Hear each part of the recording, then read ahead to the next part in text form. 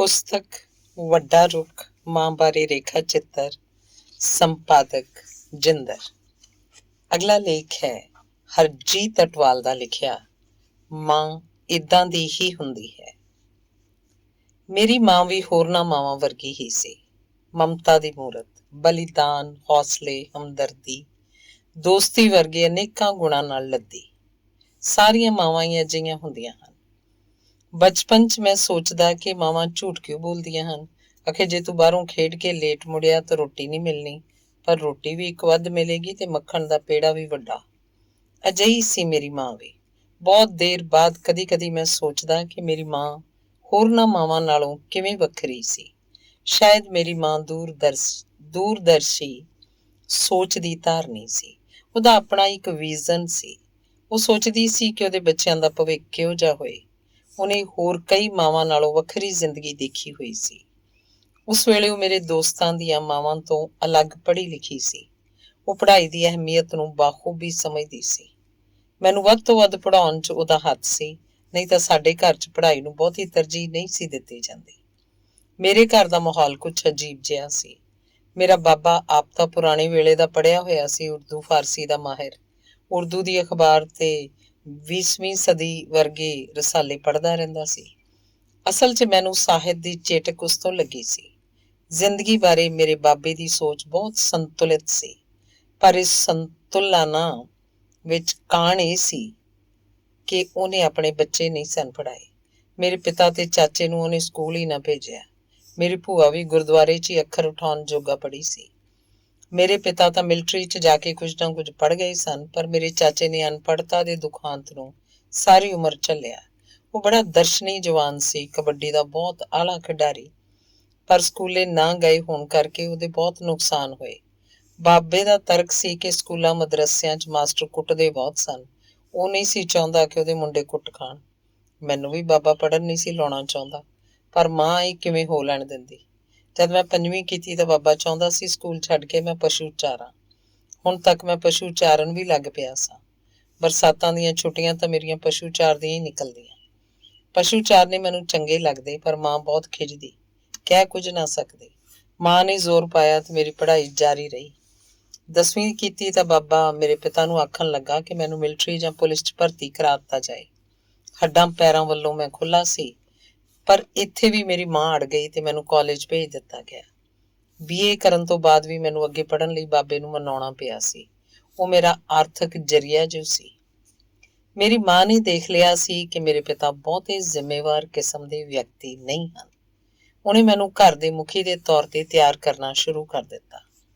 ਮੈਨੂੰ ਹਾਲੇ ਵੀ ਯਾਦ ਹੈ ਕਿ ਉਹ ਇੱਕ ਕਿਸਮ ਨਾਲ ਮੇਰੀ ਸਕੂਲਿੰਗ ਕਰਿਆ ਕਰਦੀ ਸੀ। ਉਹ ਆਖਦੀ ਕਿ ਮੈਂ ਟ੍ਰੇਨ ਦਾ ਇੰਜਣ ਹਾਂ, ਜੇ ਇੰਜਣ ਗਲਤ ਚੱਲੇਗਾ ਤਾਂ ਬਾਕੀ ਦੇ ਡੱਬਿਆਂ ਦਾ ਕੀ ਹੋਏਗਾ। ਉਹ ਆਖਦੀ ਕਿ ਸਮਾਜ ਵਿੱਚ ਸਭ ਤੋਂ ਮੁਸ਼ਕਿਲ ਕੰਮ ਹੈ ਧੀਆਂ ਲਈ ਵਰ ਲੱਭਣੇ, ਤੇ ਸਾਡੇ ਘਰ 3 ਕੁੜੀਆਂ ਸਨ। ਉਹ ਕਹਿੰਦੀ ਕਿ ਮੈਨੂੰ ਪਹਿਲਾਂ ਭੈਣਾਂ ਵਿਆਹੁਣੀਆਂ ਹੋਣਗੀਆਂ ਤੇ ਫਿਰ ਆਪਣਾ ਵਿਆਹ ਕਰਵਾਵਾਂਗਾ। ਹੋਇਆ ਵੀ ਐਵੇਂ। ਮੈਂ ਪਹਿਲਾਂ ਆਪਣੀਆਂ ਭੈਣਾਂ ਵਿਆਹੀਆਂ ਤੇ ਫਿਰ ਆਪਣੇ ਬਾਰੇ ਸੋਚਣਾ ਸ਼ੁਰੂ ਕੀਤਾ ਸੀ। ਮੈਂ ਸਾਰੀਆਂ ਲਈ ਆਪ ਵਰ ਲੱਭੇ। ਪਿਤਾ ਤਾਂ ਆਪਣੀ ਨੌਕਰੀ ਤੇ ਸਨ। ਉਹ CRPF ਵਿੱਚ ਸਨ। ਸਾਲ ਬਾਅਦ ਹੀ ਛੁੱਟੀ ਆਉਂਦੇ। ਛੁੱਟੀ ਆ ਕੇ ਉਹਨਾਂ ਦੀਆਂ ਤਰਜੀਹਾਂ ਹੋਰ ਹੀ ਹੁੰਦੀਆਂ। ਕੁੜੀਆਂ ਦੇ ਵਿਆਹਾਂ ਬਾਰੇ ਉਹਨਾਂ ਕਦੇ ਗੱਲ ਹੀ ਨਹੀਂ ਸੀ ਕੀਤੀ। ਸਾਰੀ ਸਲਾਹ ਮੈਂ ਤੇ ਮਾਂ ਹੀ ਕਰਦੇ। ਪਿਤਾ ਦੀ ਥਾਂ ਮੈਂ ਚਾਚੇ ਨੂੰ ਲੈ ਜਾਂਦਾ। ਰਿਸ਼ਤੇਦਾਰੀ 'ਚ ਗੱਲਬਾਤ ਕਿਵੇਂ ਕਰਨੀ ਹੈ, ਇਹ ਟ੍ਰੇਨਿੰਗ ਮੇਰੀ ਮਾਂ ਦੀ ਹੀ ਸੀ। ਜਿਸ ਘਰ 'ਚੋਂ ਮੇਰੀ ਮਾਂ ਆਈ ਸੀ ਤੇ ਮੇਰੇ ਬਜ਼ੁਰਗਾਂ ਦੇ ਘਰ 'ਚ ਬਹੁਤ ਭਿੰਨਤਾ ਸੀ। ਤਰਬੀਅਤ ਵਿੱਚ ਵੀ ਬਹੁਤ ਫਰਕ ਸੀ। ਮੇਰੇ ਨਾਨਕੇ ਪੂਰੀ ਤਰ੍ਹਾਂ ਸਿੱਖੀ ਨਾਲ ਜੁੜੇ ਹੋਏ ਸਨ, ਪਰ ਦਾਦਕੇ ਸਿੱਖ ਹੁੰਦੇ ਹੋਏ ਵੀ ਸਿੱਖੀ ਪ੍ਰਤੀ ਗੰਭੀਰ ਨਹੀਂ ਸਨ। ਮੇਰੇ ਚਾਚੇ ਨੇ ਵਾਲ ਕਟਾਏ ਹੋਏ ਸਨ। ਮੇਰੀ ਮਾਂ ਨੇ ਮੇਰੇ ਵਾਲ ਬਹੁਤ ਚਾਅ ਨਾਲ ਪਾਲੇ ਸਨ। ਜਦ ਮੇਰੀ ਮਾਂ ਵਾਲ ਵਾਹੁੰਦੀ ਤਾਂ ਮੇਰੇ ਬਹੁਤ ਦੁੱਖ ਲੱਗਦਾ। ਮੈਂ ਰੋਂਦਾ। ਇੱਕ ਦਿਨ ਮੇਰਾ ਚਾਚਾ ਮੈਨੂੰ ਨਾਈ ਦੇ ਲੈ ਗਿਆ ਤੇ ਮੇਰੇ ਵਾਲ ਕਟਵਾ ਲਿਆਇਆ। ਉਹਦਾ ਤਰਕ ਸੀ, ਜਦ ਮੈਂ ਇਹਨਾਂ ਨੂੰ ਸਾਂਭਣ ਜੋਗਾ ਹੋਇਆ ਫੇਰ ਰੱਖ ਲਵਾਂਗਾ। ਮੇਰੀ ਮਾਂ ਬਹੁਤ ਰੋਈ, ਪਰ ਉਹ ਕੁਝ ਨਹੀਂ ਕਰ ਸਕਦੀ ਸੀ। ਪਰ ਉਹਨੇ ਮੈਨੂੰ ਪਾਠ ਕਰਨਾ ਸਿਖਾਇਆ। ਮੈਨੂੰ ਕੋਲ ਬਿਠਾ ਕੇ ਗੁਟਕਾ ਪੜ੍ਹਾਉਂਦੀ। ਸ਼ਾਮ ਨੂੰ ਸੌਣ ਤੋਂ ਪਹਿਲਾਂ ਮੈਂ ਕੀਰਤਨ ਸੋਹਲੇ ਦਾ ਪਾਠ ਕਰਕੇ ਸੌਂਦਾ। ਮੈਨੂੰ ਪੂਰਾ ਕੀਰਤਨ ਸੋਹਲਾ ਐਵੇਂ ਯਾਦ ਹੋਇਆ ਕਿ ਹਾਲੇ ਤੱਕ ਯਾਦ ਹੈ। ਪਰ ਕਾਲਜ ਜਾ ਕੇ ਖੱਬੀ ਸਿਆਸਤ ਤੋਂ ਪ੍ਰਭਾਵਿਤ ਹੋਣ ਲੱਗਾ ਤੇ ਪਾਠ ਤੋਂ ਕੀ, ਰੱਬ ਤੋਂ ਹੀ ਦੂਰ ਹੋ ਗਿਆ। ਪਰ ਇੱਕ ਗੱਲ ਮੈਂ ਜ਼ਰੂਰ ਕੀਤੀ ਕਿ ਮਾਂ ਦੀ ਖੁਸ਼ੀ ਲਈ ਮੁੜ ਕੇ ਵਾਲ ਰੱਖ ਲਏ ਤੇ ਪੱਗ ਬੰਨਣ ਲੱਗਾ। ਮੇਰੀ ਮਾਂ ਨੇ ਜ਼ਿੰਦਗੀ 'ਚ ਕਦੇ ਕੋਈ ਝੋਰਾ ਨਹੀਂ ਕੀਤਾ। ਕਦੇ ਮੈਂ ਉਹਨੂੰ ਬੇਹੌਸਲੇ 'ਚ ਨਹੀਂ ਦੇਖਿਆ। ਉਹ ਕਦੇ ਸਿਰ ਸੁੱਟ ਕੇ ਨਹੀਂ ਬੈਠੀ। ਹਾਂ, ਉਹਨੂੰ ਇੱਕ ਝੋਰਾ ਜ਼ਰੂਰ ਸੀ, ਪਰ ਉਸ ਝੋਰੇ ਤੋਂ ਬਚਣ ਲਈ ਮੇਰੇ ਵਿੱਚ ਉਮੀਦ ਲੱਭਣ ਲੱਗਦੀ। ਨਾਨਕਿਆਂ ਦਾ ਘਰ ਕਾਫੀ ਖੁੱਲ੍ਹਾ ਸੀ, ਜਿਸ ਵਿੱਚ ਗੁਸਲਖਾਨਾ ਤੇ ਹਾਜ਼ਤਖਾਨਾ ਵੀ ਸੀ। ਔਰਤਾਂ ਨੂੰ ਬਾਹਰ ਨਹੀਂ ਸੀ ਜਾਣਾ ਪੈਂਦਾ, ਪਰ ਸਾਡਾ ਘਰ ਬਹੁਤ ਛੋਟਾ ਸੀ। ਨਾ ਘਰ 'ਚ ਕੋਈ ਗੁਸਲਖਾਨਾ, ਨਾ ਹੀ ਕੁਛ ਹੋਰ। ਮੰਜਾ ਖੜਾ ਕਰਕੇ ਨਹਾਉਣ ਦੀ ਜਗ੍ਹਾ ਵੀ ਨਹੀਂ ਸੀ। ਮੇਰੀ ਮਾਂ ਦੱਸਦੀ ਕਿ ਜਦੋਂ ਨਵੀਂ ਵਿਆਹੀ ਆਈ ਤਾਂ ਨਿੱਕੇ ਜਿਹੇ ਘਰ ਨੂੰ ਵੇਖ ਕੇ ਬਹੁਤ ਰੋਈ ਸੀ। ਮਾਂ ਹਮੇਸ਼ਾ ਵੱਡੇ ਘਰ ਦਾ ਸੁਪਨਾ ਦੇਖਦੀ, ਇਹ ਸੁਪਨਾ ਮੇਰੇ ਨਾਲ ਸਾਂਝਾ ਕਰਦੀ, ਤੇ ਫਿਰ ਉਹਦਾ ਇਹ ਸੁਪਨਾ ਮੇਰਾ ਸੁਪਨਾ ਬਣ ਗਿਆ। ਜੇ ਹੋ ਸਕਿਆ ਤੇ ਇਸ ਬਾਰੇ ਮੈਂ ਪੂਰੀ ਕਿਤਾਬ ਲਿਖਾਂਗਾ। ਸਾਡੇ ਘਰ ਦਾ ਇੱਕ ਦਲਾਨ ਸੀ, ਉਹਦੇ ਪਿੱਛੇ ਇੱਕ ਕੋਠੜਾ, ਇੱਕ ਕਮਰਾ ਹੋਰ ਜਿਹਨੂੰ ਰਸੋਈ ਆਖਦੇ। ਦਲਾਨ ਉੱਪਰ ਇੱਕ ਚੁਬਾਰਾ ਸੀ। ਅਸੀਂ 5 ਜਣੇ ਤੇ 6ਵੀਂ ਸਾਡੀ ਮਾਂ 4 ਖਣ ਦੇ ਚੁਬਾਰੇ 'ਚ ਰਹਿੰਦੇ ਸਾਂ। ਮਾਂ ਦਾ ਸਮਾਨ ਰਸੋਈ 'ਚ ਪਿਆ ਸੀ। ਬਾਬਾ ਤੇ ਬੇਬੇ ਦਲਾਨ 'ਚ ਰਹਿੰਦੇ ਸਨ। ਦਾਦੀ ਦਾ ਸਮਾਨ ਕੋਠੜੀ 'ਚ। ਮਾਂ ਨੇ ਜਿਵੇਂ ਕਿਵੇਂ ਆਪਣੇ ਆਪ ਨੂੰ ਨਿੱਕੇ ਜਿਹੇ ਘਰ ਦੇ ਯੋਗ ਕੀਤਾ। ਬੱਚੇ ਪਾਲਣੇ ਸ਼ੁਰੂ ਕੀਤੇ। ਪਿਤਾ ਛੁੱਟੀ ਆਉਂਦੇ ਸ਼ਰਾਬ ਪੀ ਕੇ ਹੈਤ ਹੂਤ ਵੀ ਕਰ ਜਾਂਦੇ, ਪਰ ਘਰ ਦੀ ਕਿਸੇ ਸਮੱਸਿਆ ਵੱਲ ਧਿਆਨ ਨਾ ਦਿੰਦੇ। ਮਾਂ ਨੇ ਪਿਤਾ ਦੇ ਸੁਭਾਅ ਦਾ ਬਹੁਤ ਜਲਦੀ ਕੌਂ ਪਾ ਲਿਆ। ਜਿਵੇਂ ਅੜੀਅਲ ਘੋੜੇ ਨੂੰ ਤਜਰਬੇਕਾਰ ਘੋੜਸਵਾਰ ਸਾਧ ਲੈਂਦਾ, ਉਵੇਂ ਮਾਂ ਨੇ ਵੀ ਪਿਤਾ ਨੂੰ ਕਾਬੂ 'ਚ ਕਰ ਲਿਆ ਹੋਇਆ ਸੀ। ਪਿਤਾ ਮਹੀਨੇਵਾਰ ਬਚਵੇਂ ਪੈਸੇ ਭੇਜਦੇ।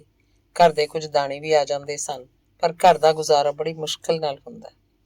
ਜਦ ਮੈਨੂੰ ਇਸ ਸਭ ਦੀ ਸਮਝ ਆਈ ਤਾਂ ਮੈਂ ਹੈਰਾਨ ਰਹਿ ਜਾਂਦਾ ਕਿ ਮਾਂ ਕਿਵੇਂ ਗੁਜ਼ਾਰਾ ਕਰਦੀ ਰਹੀ ਸੀ। ਮੇਰੇ ਪਿਤਾ ਨੂੰ ਇਸ ਗੱਲ ਦਾ ਬਾਖੂਬੀ ਪਤਾ ਸੀ।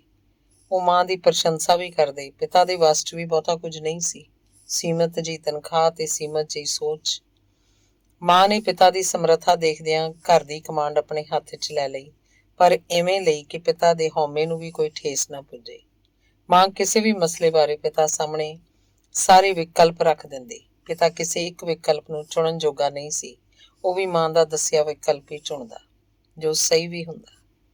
ਸਾਡੀ ਜ਼ਮੀਨ ਘਰ ਦੀ ਥੋੜ੍ਹੀ ਬਹੁਤ ਸੀ, ਪਰ ਬਹੁਤੀ ਬੰਜਰ ਸੀ। ਬਾਬੇ ਨੇ ਲੱਕੜ ਦਾ ਟਾਲ ਖੋਲ੍ਹਿਆ ਹੋਇਆ ਸੀ ਤੇ ਉਹਦਾ ਗੁਜ਼ਾਰਾ ਠੀਕ ਸੀ। ਉਹ ਲੋੜ ਵੇਲੇ ਸਾਡੀ ਮਦਦ ਕਰਦਾ ਰਹਿੰਦਾ ਸੀ, ਪਰ ਉਹਦੀਆਂ ਵੀ ਆਪਣੀਆਂ ਸਮੱਸਿਆਵਾਂ ਸਨ, ਸੀਮਾਵਾਂ ਸਨ। ਫਿਰ ਬਾਬੇ ਨੇ ਇੱਕ ਕੰਮ ਕੀਤਾ ਕਿ ਉਹਨੇ ਆਪਣੇ ਲਈ ਅਲੱਗ ਘਰ ਬਣਾ ਲਿਆ ਤੇ ਇਹ ਘਰ ਸਾਡੇ ਲਈ ਛੱਡ ਦਿੱਤਾ। ਸਾਨੂੰ ਤਾਂ ਜਿਵੇਂ ਮਹਿਲ ਮਿਲ ਗਿਆ ਹੋਵੇ। ਇਹੋ ਘਰ ਸਾਨੂੰ ਵੱਡਾ ਵੱਡਾ ਲੱਗਣ ਲੱਗ ਪਿਆ। ਫਿਰ ਵੀ ਮਾਂ ਦਾ ਵੱਡੇ ਵਿਹੜੇ ਵਾਲੇ ਘਰ ਦਾ ਸੁਪਨਾ ਉਵੇਂ ਹੀ ਕਾਇਮ ਸੀ। ਉਹਦੇ ਨਾਲ ਨਾਲ ਮੇਰਾ ਵੀ। ਸਮੇਂ ਨੇ ਥੋੜ੍ਹਾ ਜਿਹਾ ਪਾਸਾ ਲਿਆ। ਮੇਰੀਆਂ 3 ਭੈਣਾਂ ਵਿਆਹੀਆਂ ਗਈਆਂ। ਮੈਂ ਇੰਗਲੈਂਡ ਲਈ ਚੜ੍ਹ ਗਿਆ ਤੇ ਮੇਰੇ ਮਗਰੇ ਹੀ ਮੇਰਾ ਛੋਟਾ ਭਰਾ ਵੀ। ਪਿਤਾ ਪੈਨਸ਼ਨ ਆ ਗਏ। ਮੈਂ ਇੰਗਲੈਂਡ ਤੋਂ ਕੁਝ ਕਮਾਈ ਕੀਤੀ ਤੇ ਮਾਂ ਨੂੰ ਕਿਹਾ ਕਿ ਜਗ੍ਹਾ ਖਰੀਦ ਕੇ ਵੱਡਾ ਘਰ ਬਣਾਉਣ ਦੀ ਤਿਆਰੀ ਸ਼ੁਰੂ ਕੀਤੀ ਜਾਵੇ। ਮਾਂ ਕਹਿੰਦੀ ਕਿ ਹੁਣ ਘਰ ਕਿਸ ਲਈ ਬਣਾਵਾਂਗੇ, ਘਰ 'ਚ ਤਾਂ ਅਸੀਂ ਸਿਰਫ 2 ਜੀਅ ਹਾਂ। ਗੱਲ ਵੀ ਸੱਚ ਸੀ। ਬਾਬੇ ਦੇ ਘਰ ਦੇ ਨਾਲ ਲੱਗਦਾ ਥਾਂ ਜ਼ਰੂਰ ਪਿਤਾ ਨੇ ਖਰੀਦ ਲਿਆ ਸੀ ਤੇ ਪੁਰਾਣੇ ਘਰ ਨੂੰ ਵਧੀਆ ਤਰੀਕੇ ਨਾਲ ਮੁਰੰਮਤ ਕਰਵਾ ਲਿਆ ਸੀ। ਮੈਂ ਇੰਡੀਆ ਗਿਆ। ਨਵੇਂ ਘਰ ਬਾਰੇ ਗੱਲ ਕਰਦਾ ਤਾਂ ਪਿਤਾ ਤੇ ਮਾਂ ਦੋਵੇਂ ਆਖਦੇ ਕਿ ਅਸੀਂ ਤਾਂ 2-3 ਸਾਲ ਬਾਅਦ 2-3 ਹਫ਼ਤੇ ਲਈ ਆਉਂਦੇ ਹਾਂ ਤੇ ਵੱਡੇ ਘਰ ਦਾ ਕੀ ਕਰਨਾ ਹੈ। ਫਿਰ ਸਮਾਂ ਪਾ ਕੇ ਬਾਬਾ ਤੇ ਬੇਬੇ ਸਦਾ ਲਈ ਤੁਰ ਗਏ। ਚਾਚਾ ਵੀ ਪੂਰਾ ਹੋ ਗਿਆ। ਉਹਨਾਂ ਦਾ ਘਰ ਵੀ ਸਾਡਾ ਹੋ ਗਿਆ। ਹੁਣ ਘਰ ਮਾਂ ਦੀ ਪਸੰਦ ਦਾ ਹੋ ਗਿਆ ਸੀ, ਪਰ ਘਰ 'ਚ ਰਹਿਣ ਵਾਲੇ ਇੰਗਲੈਂਡ ਬੈਠੇ ਸਨ। ਮਾਂ ਕਿਸਾਨ ਪਰਿਵਾਰ 'ਚੋਂ ਆਈ। ਸਾਡੇ ਨਾਨੇ ਦੀ ਆਪਣੀ ਜ਼ਮੀਨ ਤਾਂ ਬਹੁਤ ਨਹੀਂ ਸੀ, ਪਰ ਉਹ ਹਾਲੇ ਭੌਲੀ ਤੇ ਕੁਝ ਖੇਤ ਲੈ ਲੈਂਦਾ ਤੇ ਵਧੀਆ ਪੱਧਰ ਦੀ ਖੇਤੀ ਕਰਦਾ। ਮਾਮੇ ਦੋਵੇਂ ਮਿਲਟਰੀ 'ਚ ਸਨ। ਗਰਮੀਆਂ ਦੀਆਂ ਛੁੱਟੀਆਂ 'ਚ ਮਾਂ ਸਾਨੂੰ ਅਕਸਰ ਨਾਨਕੇ ਲਿਜਾਇਆ ਕਰਦੀ। ਮੇਰਾ ਨਾਨਾ ਮੇਰੇ ਹੋਰਨਾਂ ਮਮੇਰੇ ਭਰਾਵਾਂ ਦੇ ਨਾਲ ਨਾਲ ਮੈਨੂੰ ਵੀ ਖੇਤਾਂ 'ਚ ਲਾ ਲੈਂਦਾ। ਜਿਹੜੀ ਥੋੜ੍ਹੀ ਬਹੁਤ ਮੈਂ ਖੇਤੀ ਸਿੱਖੀ ਉਹ ਨਾਨਕੀ ਜਾ ਕੇ ਸਿੱਖੀ। ਸਾਡਾ ਪਰਿਵਾਰ ਤਾਂ ਖੇਤੀ ਕਰਦਾ ਨਹੀਂ ਸੀ। ਇੱਕ ਵਾਰ ਮੇਰੀ ਮਾਂ ਕਹਿਣ ਲੱਗੀ ਕਿ ਉਹਨੇ ਨਰਮਾ ਬਿਜਵਾਉਣਾ ਹੈ। ਸਾਡੇ ਪਿੰਡ ਨਰਮੇ ਦਾ ਰਿਵਾਜ ਨਹੀਂ ਸੀ। ਕਦੇ ਕਿਸੇ ਨੇ ਕਪਾਹ ਬੀਜੀ ਨਹੀਂ ਸੀ। ਮੇਰੇ ਬਾਬੇ ਲਈ ਇਹ ਗੱਲ ਬਹੁਤ ਅਜੀਬ ਸੀ। ਉਹਨੇ ਸਾਨੂੰ ਸਾਡੇ ਹਿੱਸੇ ਦਾ ਖੇਤ ਦੇ ਦਿੱਤਾ ਤੇ ਮਾਂ ਨੇ ਭੌਲੀਦਾਰ ਨੂੰ ਕਹਿ ਕੇ ਨਰਮਾ ਬਿਜਵਾ ਦਿੱਤਾ। ਭੌਲੀਦਾਰ ਲਈ ਵੀ ਇਹ ਗੱਲ ਨਵੀਂ ਸੀ, ਪਰ ਨਰਮੇ ਦੀ ਫਸਲ ਵਾਹਵਾ ਹੋਈ। ਚੁਗਾਵੀਆਂ ਲਾ ਕੇ ਕਬਾਹ ਚੁਗੀ। ਪਿੰਡ 'ਚ ਇਹ ਗੱਲ ਕੁਝ ਅਜੀਬ ਸੀ। ਫਿਰ ਸਾਡੇ ਪਿੰਡ ਦੇ ਕਈ ਘਰ ਨਰਮਾ ਬੀਜਣ ਲੱਗ ਪਏ। ਇਵੇਂ ਹੀ ਮਾਂ ਸਰੋਂ ਬਿਜਵਾਉਂਦੀ ਤੇ ਫਿਰ ਸਰੋਂ ਦੇ ਤੇਲ ਦੀ ਕਹਾਣੀ ਕਢਵਾਉਂਦੀ। ਤੇਲ ਦੇ ਨਾਲ ਨਾਲ ਘਰ ਵੀ ਵਾਹਵਾ ਸਾਰੀ ਖਲ ਹੋ ਜਾਂਦੀ। ਮਾਂ ਦਰੀਆਂ, ਖੇਸੀਆਂ, ਨੁਆਰ ਵਗੈਰਾ ਆਪ ਬੁਣਦੀ। ਘਰ 'ਚ ਕੋਈ ਨਾ ਕੋਈ ਅੱਡਾ ਗੱਡਿਆ ਹੀ ਰਹਿੰਦਾ। ਉਹਦੇ ਹੱਥ 'ਚ ਅਜਿਹੇ ਕਈ ਹੁਨਰ ਸਨ ਨਾਲਾ ਬੁਣਨ ਵਾਲੇ ਸਾਡੇ ਘਰ ਕਈ ਅੱਡੇ ਪਏ ਸਨ। ਮੰਜੇ ਬੁਣਨ 'ਚ ਵੀ ਮਾਂ ਮਾਹਰ ਸੀ। ਚਾਹੇ ਉਹ ਵਾਣ ਦੇ ਮੰਜੇ ਹੋਣ ਜਾਂ ਸੂਤ ਜਾਂ ਨੁਆਰ ਦੇ ਪਲੰਗ। ਉਹਨੂੰ ਦੇਖਾ ਦੇਖੀ ਆਂਢਣਾ ਗੁਆਂਢਣਾ ਉਸ ਨਾਲ ਹਿੱਸਾ ਪਾ ਕੇ ਦਰੀਆਂ ਆਦਿ ਬੁਣਦੀਆਂ ਤੇ ਕੰਮ ਵੀ ਸਿੱਖ ਜਾਂਦੀਆਂ। ਚਰਖਾ ਤੋਂ ਹਰ ਰੋਜ਼ ਸਵੇਰੇ ਸ਼ਾਮ ਡਾਹੁੰਦੀ ਸੀ। ਦਿਨੇ ਚਰਖਾ ਤੇ ਰਾਤ ਨੂੰ ਉਹਦੇ ਹੱਥ ਵਿੱਚ ਅਟੇਰਨ ਹੁੰਦਾ। ਮਾਂ ਦਾ ਹੱਥ ਕੱਪੜੇ ਸੀਣ ਲਈ ਵੀ ਬਹੁਤ ਸਾਫ਼ ਸੀ। ਉਹ ਆਪਣੇ ਤੇ ਮੇਰੀਆਂ ਭੈਣਾਂ ਦੇ ਸੂਟ ਆਪ ਹੀ ਸਿਉਂਦੀ। ਸਾਰੀਆਂ ਗੁਆਂਢਣਾਂ ਉਹਦੀ ਤਾਰੀਫ ਕਰਦੀਆਂ। ਉਹਦੀ ਬੋਲ ਚਾਲ ਵਿੱਚ ਮਾਲਵੇ ਵਾਲੀ ਸਪਸ਼ਟਤਾ ਸੀ। ਗੱਲ ਨੂੰ ਮੂੰਹ ਤੇ ਸਾਫ਼ ਕਹਿ ਦਿੰਦੀ, ਜਿਸ ਕਰਕੇ ਕਈ ਔਰਤਾਂ ਉਹਨੂੰ ਪਸੰਦ ਵੀ ਨਹੀਂ ਸੀ ਕਰਦੀਆਂ। ਮੇਰੇ ਬਾਬੇ ਹੋਰੀ 3 ਭਰਾ ਸਨ। ਤਿੰਨਾਂ ਦੇ ਵੱਡੇ ਟੱਬਰ ਸਨ, ਪਰ ਖੇਤੀ ਕੋਈ ਨਹੀਂ ਸੀ ਕਰਦਾ। ਸੋ ਇਸ ਨਾ ਖੇਤੀ ਕਰਨ ਵਾਲੇ ਘਰਾਂ 'ਚ ਮਾਂ ਦੀਆਂ ਗੱਲਾਂ ਹਿਲ ਜੁਲ ਕਰਨ ਲੱਗੀਆਂ। ਅਸੀਂ ਸਾਰੇ ਭੈਣ ਭਰਾ ਕਮਸਿਨ ਉਮਰ ਵਿੱਚ ਦੀ ਲੰਘ ਰਹੇ ਸਾਂ ਤੇ ਮਾਂ ਨੂੰ ਇਸ ਉਮਰ ਦੇ ਮਸਲਿਆਂ ਨੂੰ ਸੰਭਾਲਣ ਦੀ ਵਾਹਵਾ ਜਾਚ ਸੀ। ਉਹਦੀ ਇਸ ਜਾਚ ਨੇ ਸਾਨੂੰ ਬਹੁਤ ਚੰਗੀ ਤਰ੍ਹਾਂ ਸਾਂਭਿਆ। ਉਹਦਾ ਮਕਸਦ ਸੀ ਕਿ ਅਸੀਂ ਸਾਰੇ ਪੜ੍ਹ ਜਾਈਏ। ਕੁੜੀਆਂ ਘੱਟੋ ਘੱਟ 10ਵੀਂ ਜ਼ਰੂਰ ਕਰਨ। ਸਭ ਨੂੰ ਕਾਲਜ ਭੇਜਣ ਜੋਗੀ ਸਾਡੀ ਹਿੰਮਤ ਵੀ ਨਹੀਂ ਸੀ। ਇਸ ਲਈ ਵੀ ਕੁੜੀਆਂ ਦੇ ਵਿਆਹ ਜਲਦੀ ਕਰਨੇ ਸ਼ੁਰੂ ਕਰ ਦਿੱਤੇ। ਕਾਹਲੀ 'ਚ ਵਿਆਹ ਕਰਨ ਦੀ ਕੋਸ਼ਿਸ਼ 'ਚ ਮੇਰੀ ਇੱਕ ਭੈਣ ਗਲਤ ਜਗ੍ਹਾ ਵਿਆਹੀ ਗਈ। ਉਸ ਲਈ ਅਸੀਂ ਅਜਿਹੇ ਪਰਿਵਾਰ ਦਾ ਰਿਸ਼ਤਾ ਮਨਜ਼ੂਰ ਕਰ ਲਿਆ ਜਿਹਦਾ ਸੁਭਾਅ ਸਾਡੇ ਤੋਂ ਇੱਕਦਮ ਅਲੱਗ ਸੀ। ਸਾਡੀ ਉਸ ਕੁੜੀ ਨੂੰ ਉਸ ਪਰਿਵਾਰ 'ਚ ਰਮਣ ਲਈ ਬਹੁਤ ਤਕਲੀਫਾਂ ਦਾ ਸਾਹਮਣਾ ਕਰਨਾ ਪਿਆ। ਦੂਜੀਆਂ 2 ਕੁੜੀਆਂ ਸਹੀ ਥਾਵੇਂ ਗਈਆਂ ਤੇ ਸਾਰੀ ਉਮਰ ਸੁਖੀ ਰਹੀਆਂ। ਮਾਂ ਬਹੁਤ ਘੱਟ ਦਵਾਈ ਖਾਂਦੀ ਸੀ। ਕਦੇ ਸਿਰ ਦੁਖਦਾ ਹੁੰਦਾ ਤਾਂ ਦੁੱਖ ਲੈਣ ਦਿੰਦੀ। ਉਹਦੀ ਵੱਧ ਤੋਂ ਵੱਧ ਦਵਾਈ ਅਦਰਕ ਵਾਲੀ ਚਾਹ ਹੁੰਦੀ। ਉਹਦੀਆਂ ਦਵਾਈਆਂ ਬਹੁਤ ਆਮ ਸਨ। ਸਿਰ ਦੁਖਦਾ ਹੋਵੇ ਗਰਮ ਪਾਣੀ ਦੇ 2 ਗਲਾਸ ਪੀ ਲਓ। ਪੇਟ ਦੁਖਦਾ ਹੋਵੇ 1 ਤਲੀ ਜਵੈਣ। ਨਜ਼ਲਾ ਹੋਵੇ ਸ਼ਹਿਦ ਤੇ ਨਿੰਬੂ। ਖੰਘ ਹੋਵੇ ਤਾਂ ਸੁੰਡ ਦੀ ਸਬਜ਼ੀ। ਗਲਾ ਖਰਾਬ ਹੋਵੇ ਚਾਹ ਜਾਂ ਦੁੱਧ 'ਚ ਕੱਚਾ ਅੰਡਾ। ਸੱਟ ਲੱਗ ਜਾਏ ਹਲਦੀ ਵਾਲਾ ਦੁੱਧ। ਮਾਂ ਦੇ ਨੁਸਖੇ ਅੱਜ ਵੀ ਮੇਰੇ ਲਈ ਸਹੀ ਸਾਬਤ ਹੁੰਦੇ ਹਨ। ਮੈਂ ਵੀ ਦਵਾਈ ਖਾਣ ਦੇ ਹੱਕ 'ਚ ਨਹੀਂ ਹਾਂ। ਉਹ ਕਿਹਾ ਕਰਦੀ ਕਿ ਮਾਲਿਸ਼ ਬੱਚੇ ਦੀ ਕੀਤੀ ਜਾਂਦੀ ਹੈ, ਵੱਡਿਆਂ ਦੀ ਨਹੀਂ। ਉਹ ਆਖਦੀ ਆਪਣਾ ਕੱਚਾ ਬਨੈਣ ਕਦੇ ਵੀ ਕਿਸੇ ਤੋਂ ਨਾ ਧਵਾਓ। ਮੈਂ ਕਦੇ ਵੀ ਜ਼ਿੰਦਗੀ 'ਚ ਮਸਾਜ ਨਹੀਂ ਕਰਾਇਆ ਤੇ ਨਾ ਹੀ ਕਿਸੇ ਤੋਂ ਲੱਤਾਂ ਸਿਰ ਘੁਟਾਇਆ ਹੈ। ਮੇਰੇ ਬਚਪਨ ਦਾ ਉਸ ਵੱਲੋਂ ਸੈੱਟ ਕੀਤਾ ਮੇਰਾ ਜਿਉਣ ਢੰਗ ਹਾਲੇ ਵੀ ਉਵੇਂ ਹੀ ਕਾਇਮ ਹੈ। ਮੈਂ ਜੇਠਾ ਪੁੱਤ ਸੀ, ਇਸ ਲਈ ਉਹ ਮੇਰੀ ਸਿਹਤ ਦਾ ਧਿਆਨ ਬਾਕੀਆਂ ਨਾਲੋਂ ਵਧੇਰੇ ਰੱਖਦੀ। ਜੇ ਕੋਈ ਪੁੱਛਦਾ ਤਾਂ ਕਹਿੰਦੀ ਕਿ ਇਹਨੇ ਜਲਦੀ ਘਰ ਨੂੰ ਸੰਭਾਲਣਾ ਹੈ। ਮੈਂ ਵੀ ਪੂਰੀ ਕੋਸ਼ਿਸ਼ ਕੀਤੀ ਕਿ ਉਹਦੀਆਂ ਆਸਾਂ ਉੱਪਰ ਖਰਾ ਉਤਰਾਂ। ਮਾਂ ਦੀ ਆਵਾਜ਼ ਬਹੁਤ ਸੁਰੀਲੀ ਸੀ। ਦੁੱਧ ਰਿੜਕਦੀ ਜਾਂ ਕੁਝ ਹੋਰ ਕਰਦੀ ਉਹ ਗੁਣਗੁਣਾਉਂਦੀ ਰਹਿੰਦੀ। ਲੋਕ ਗੀਤ ਜਾਂ ਗੁਰਬਾਣੀ। ਬਹੁਤ ਸਾਰੀ ਗੁਰਬਾਣੀ ਉਹਨੂੰ ਮੂੰਹ ਜ਼ਬਾਨੀ ਯਾਦ ਸੀ।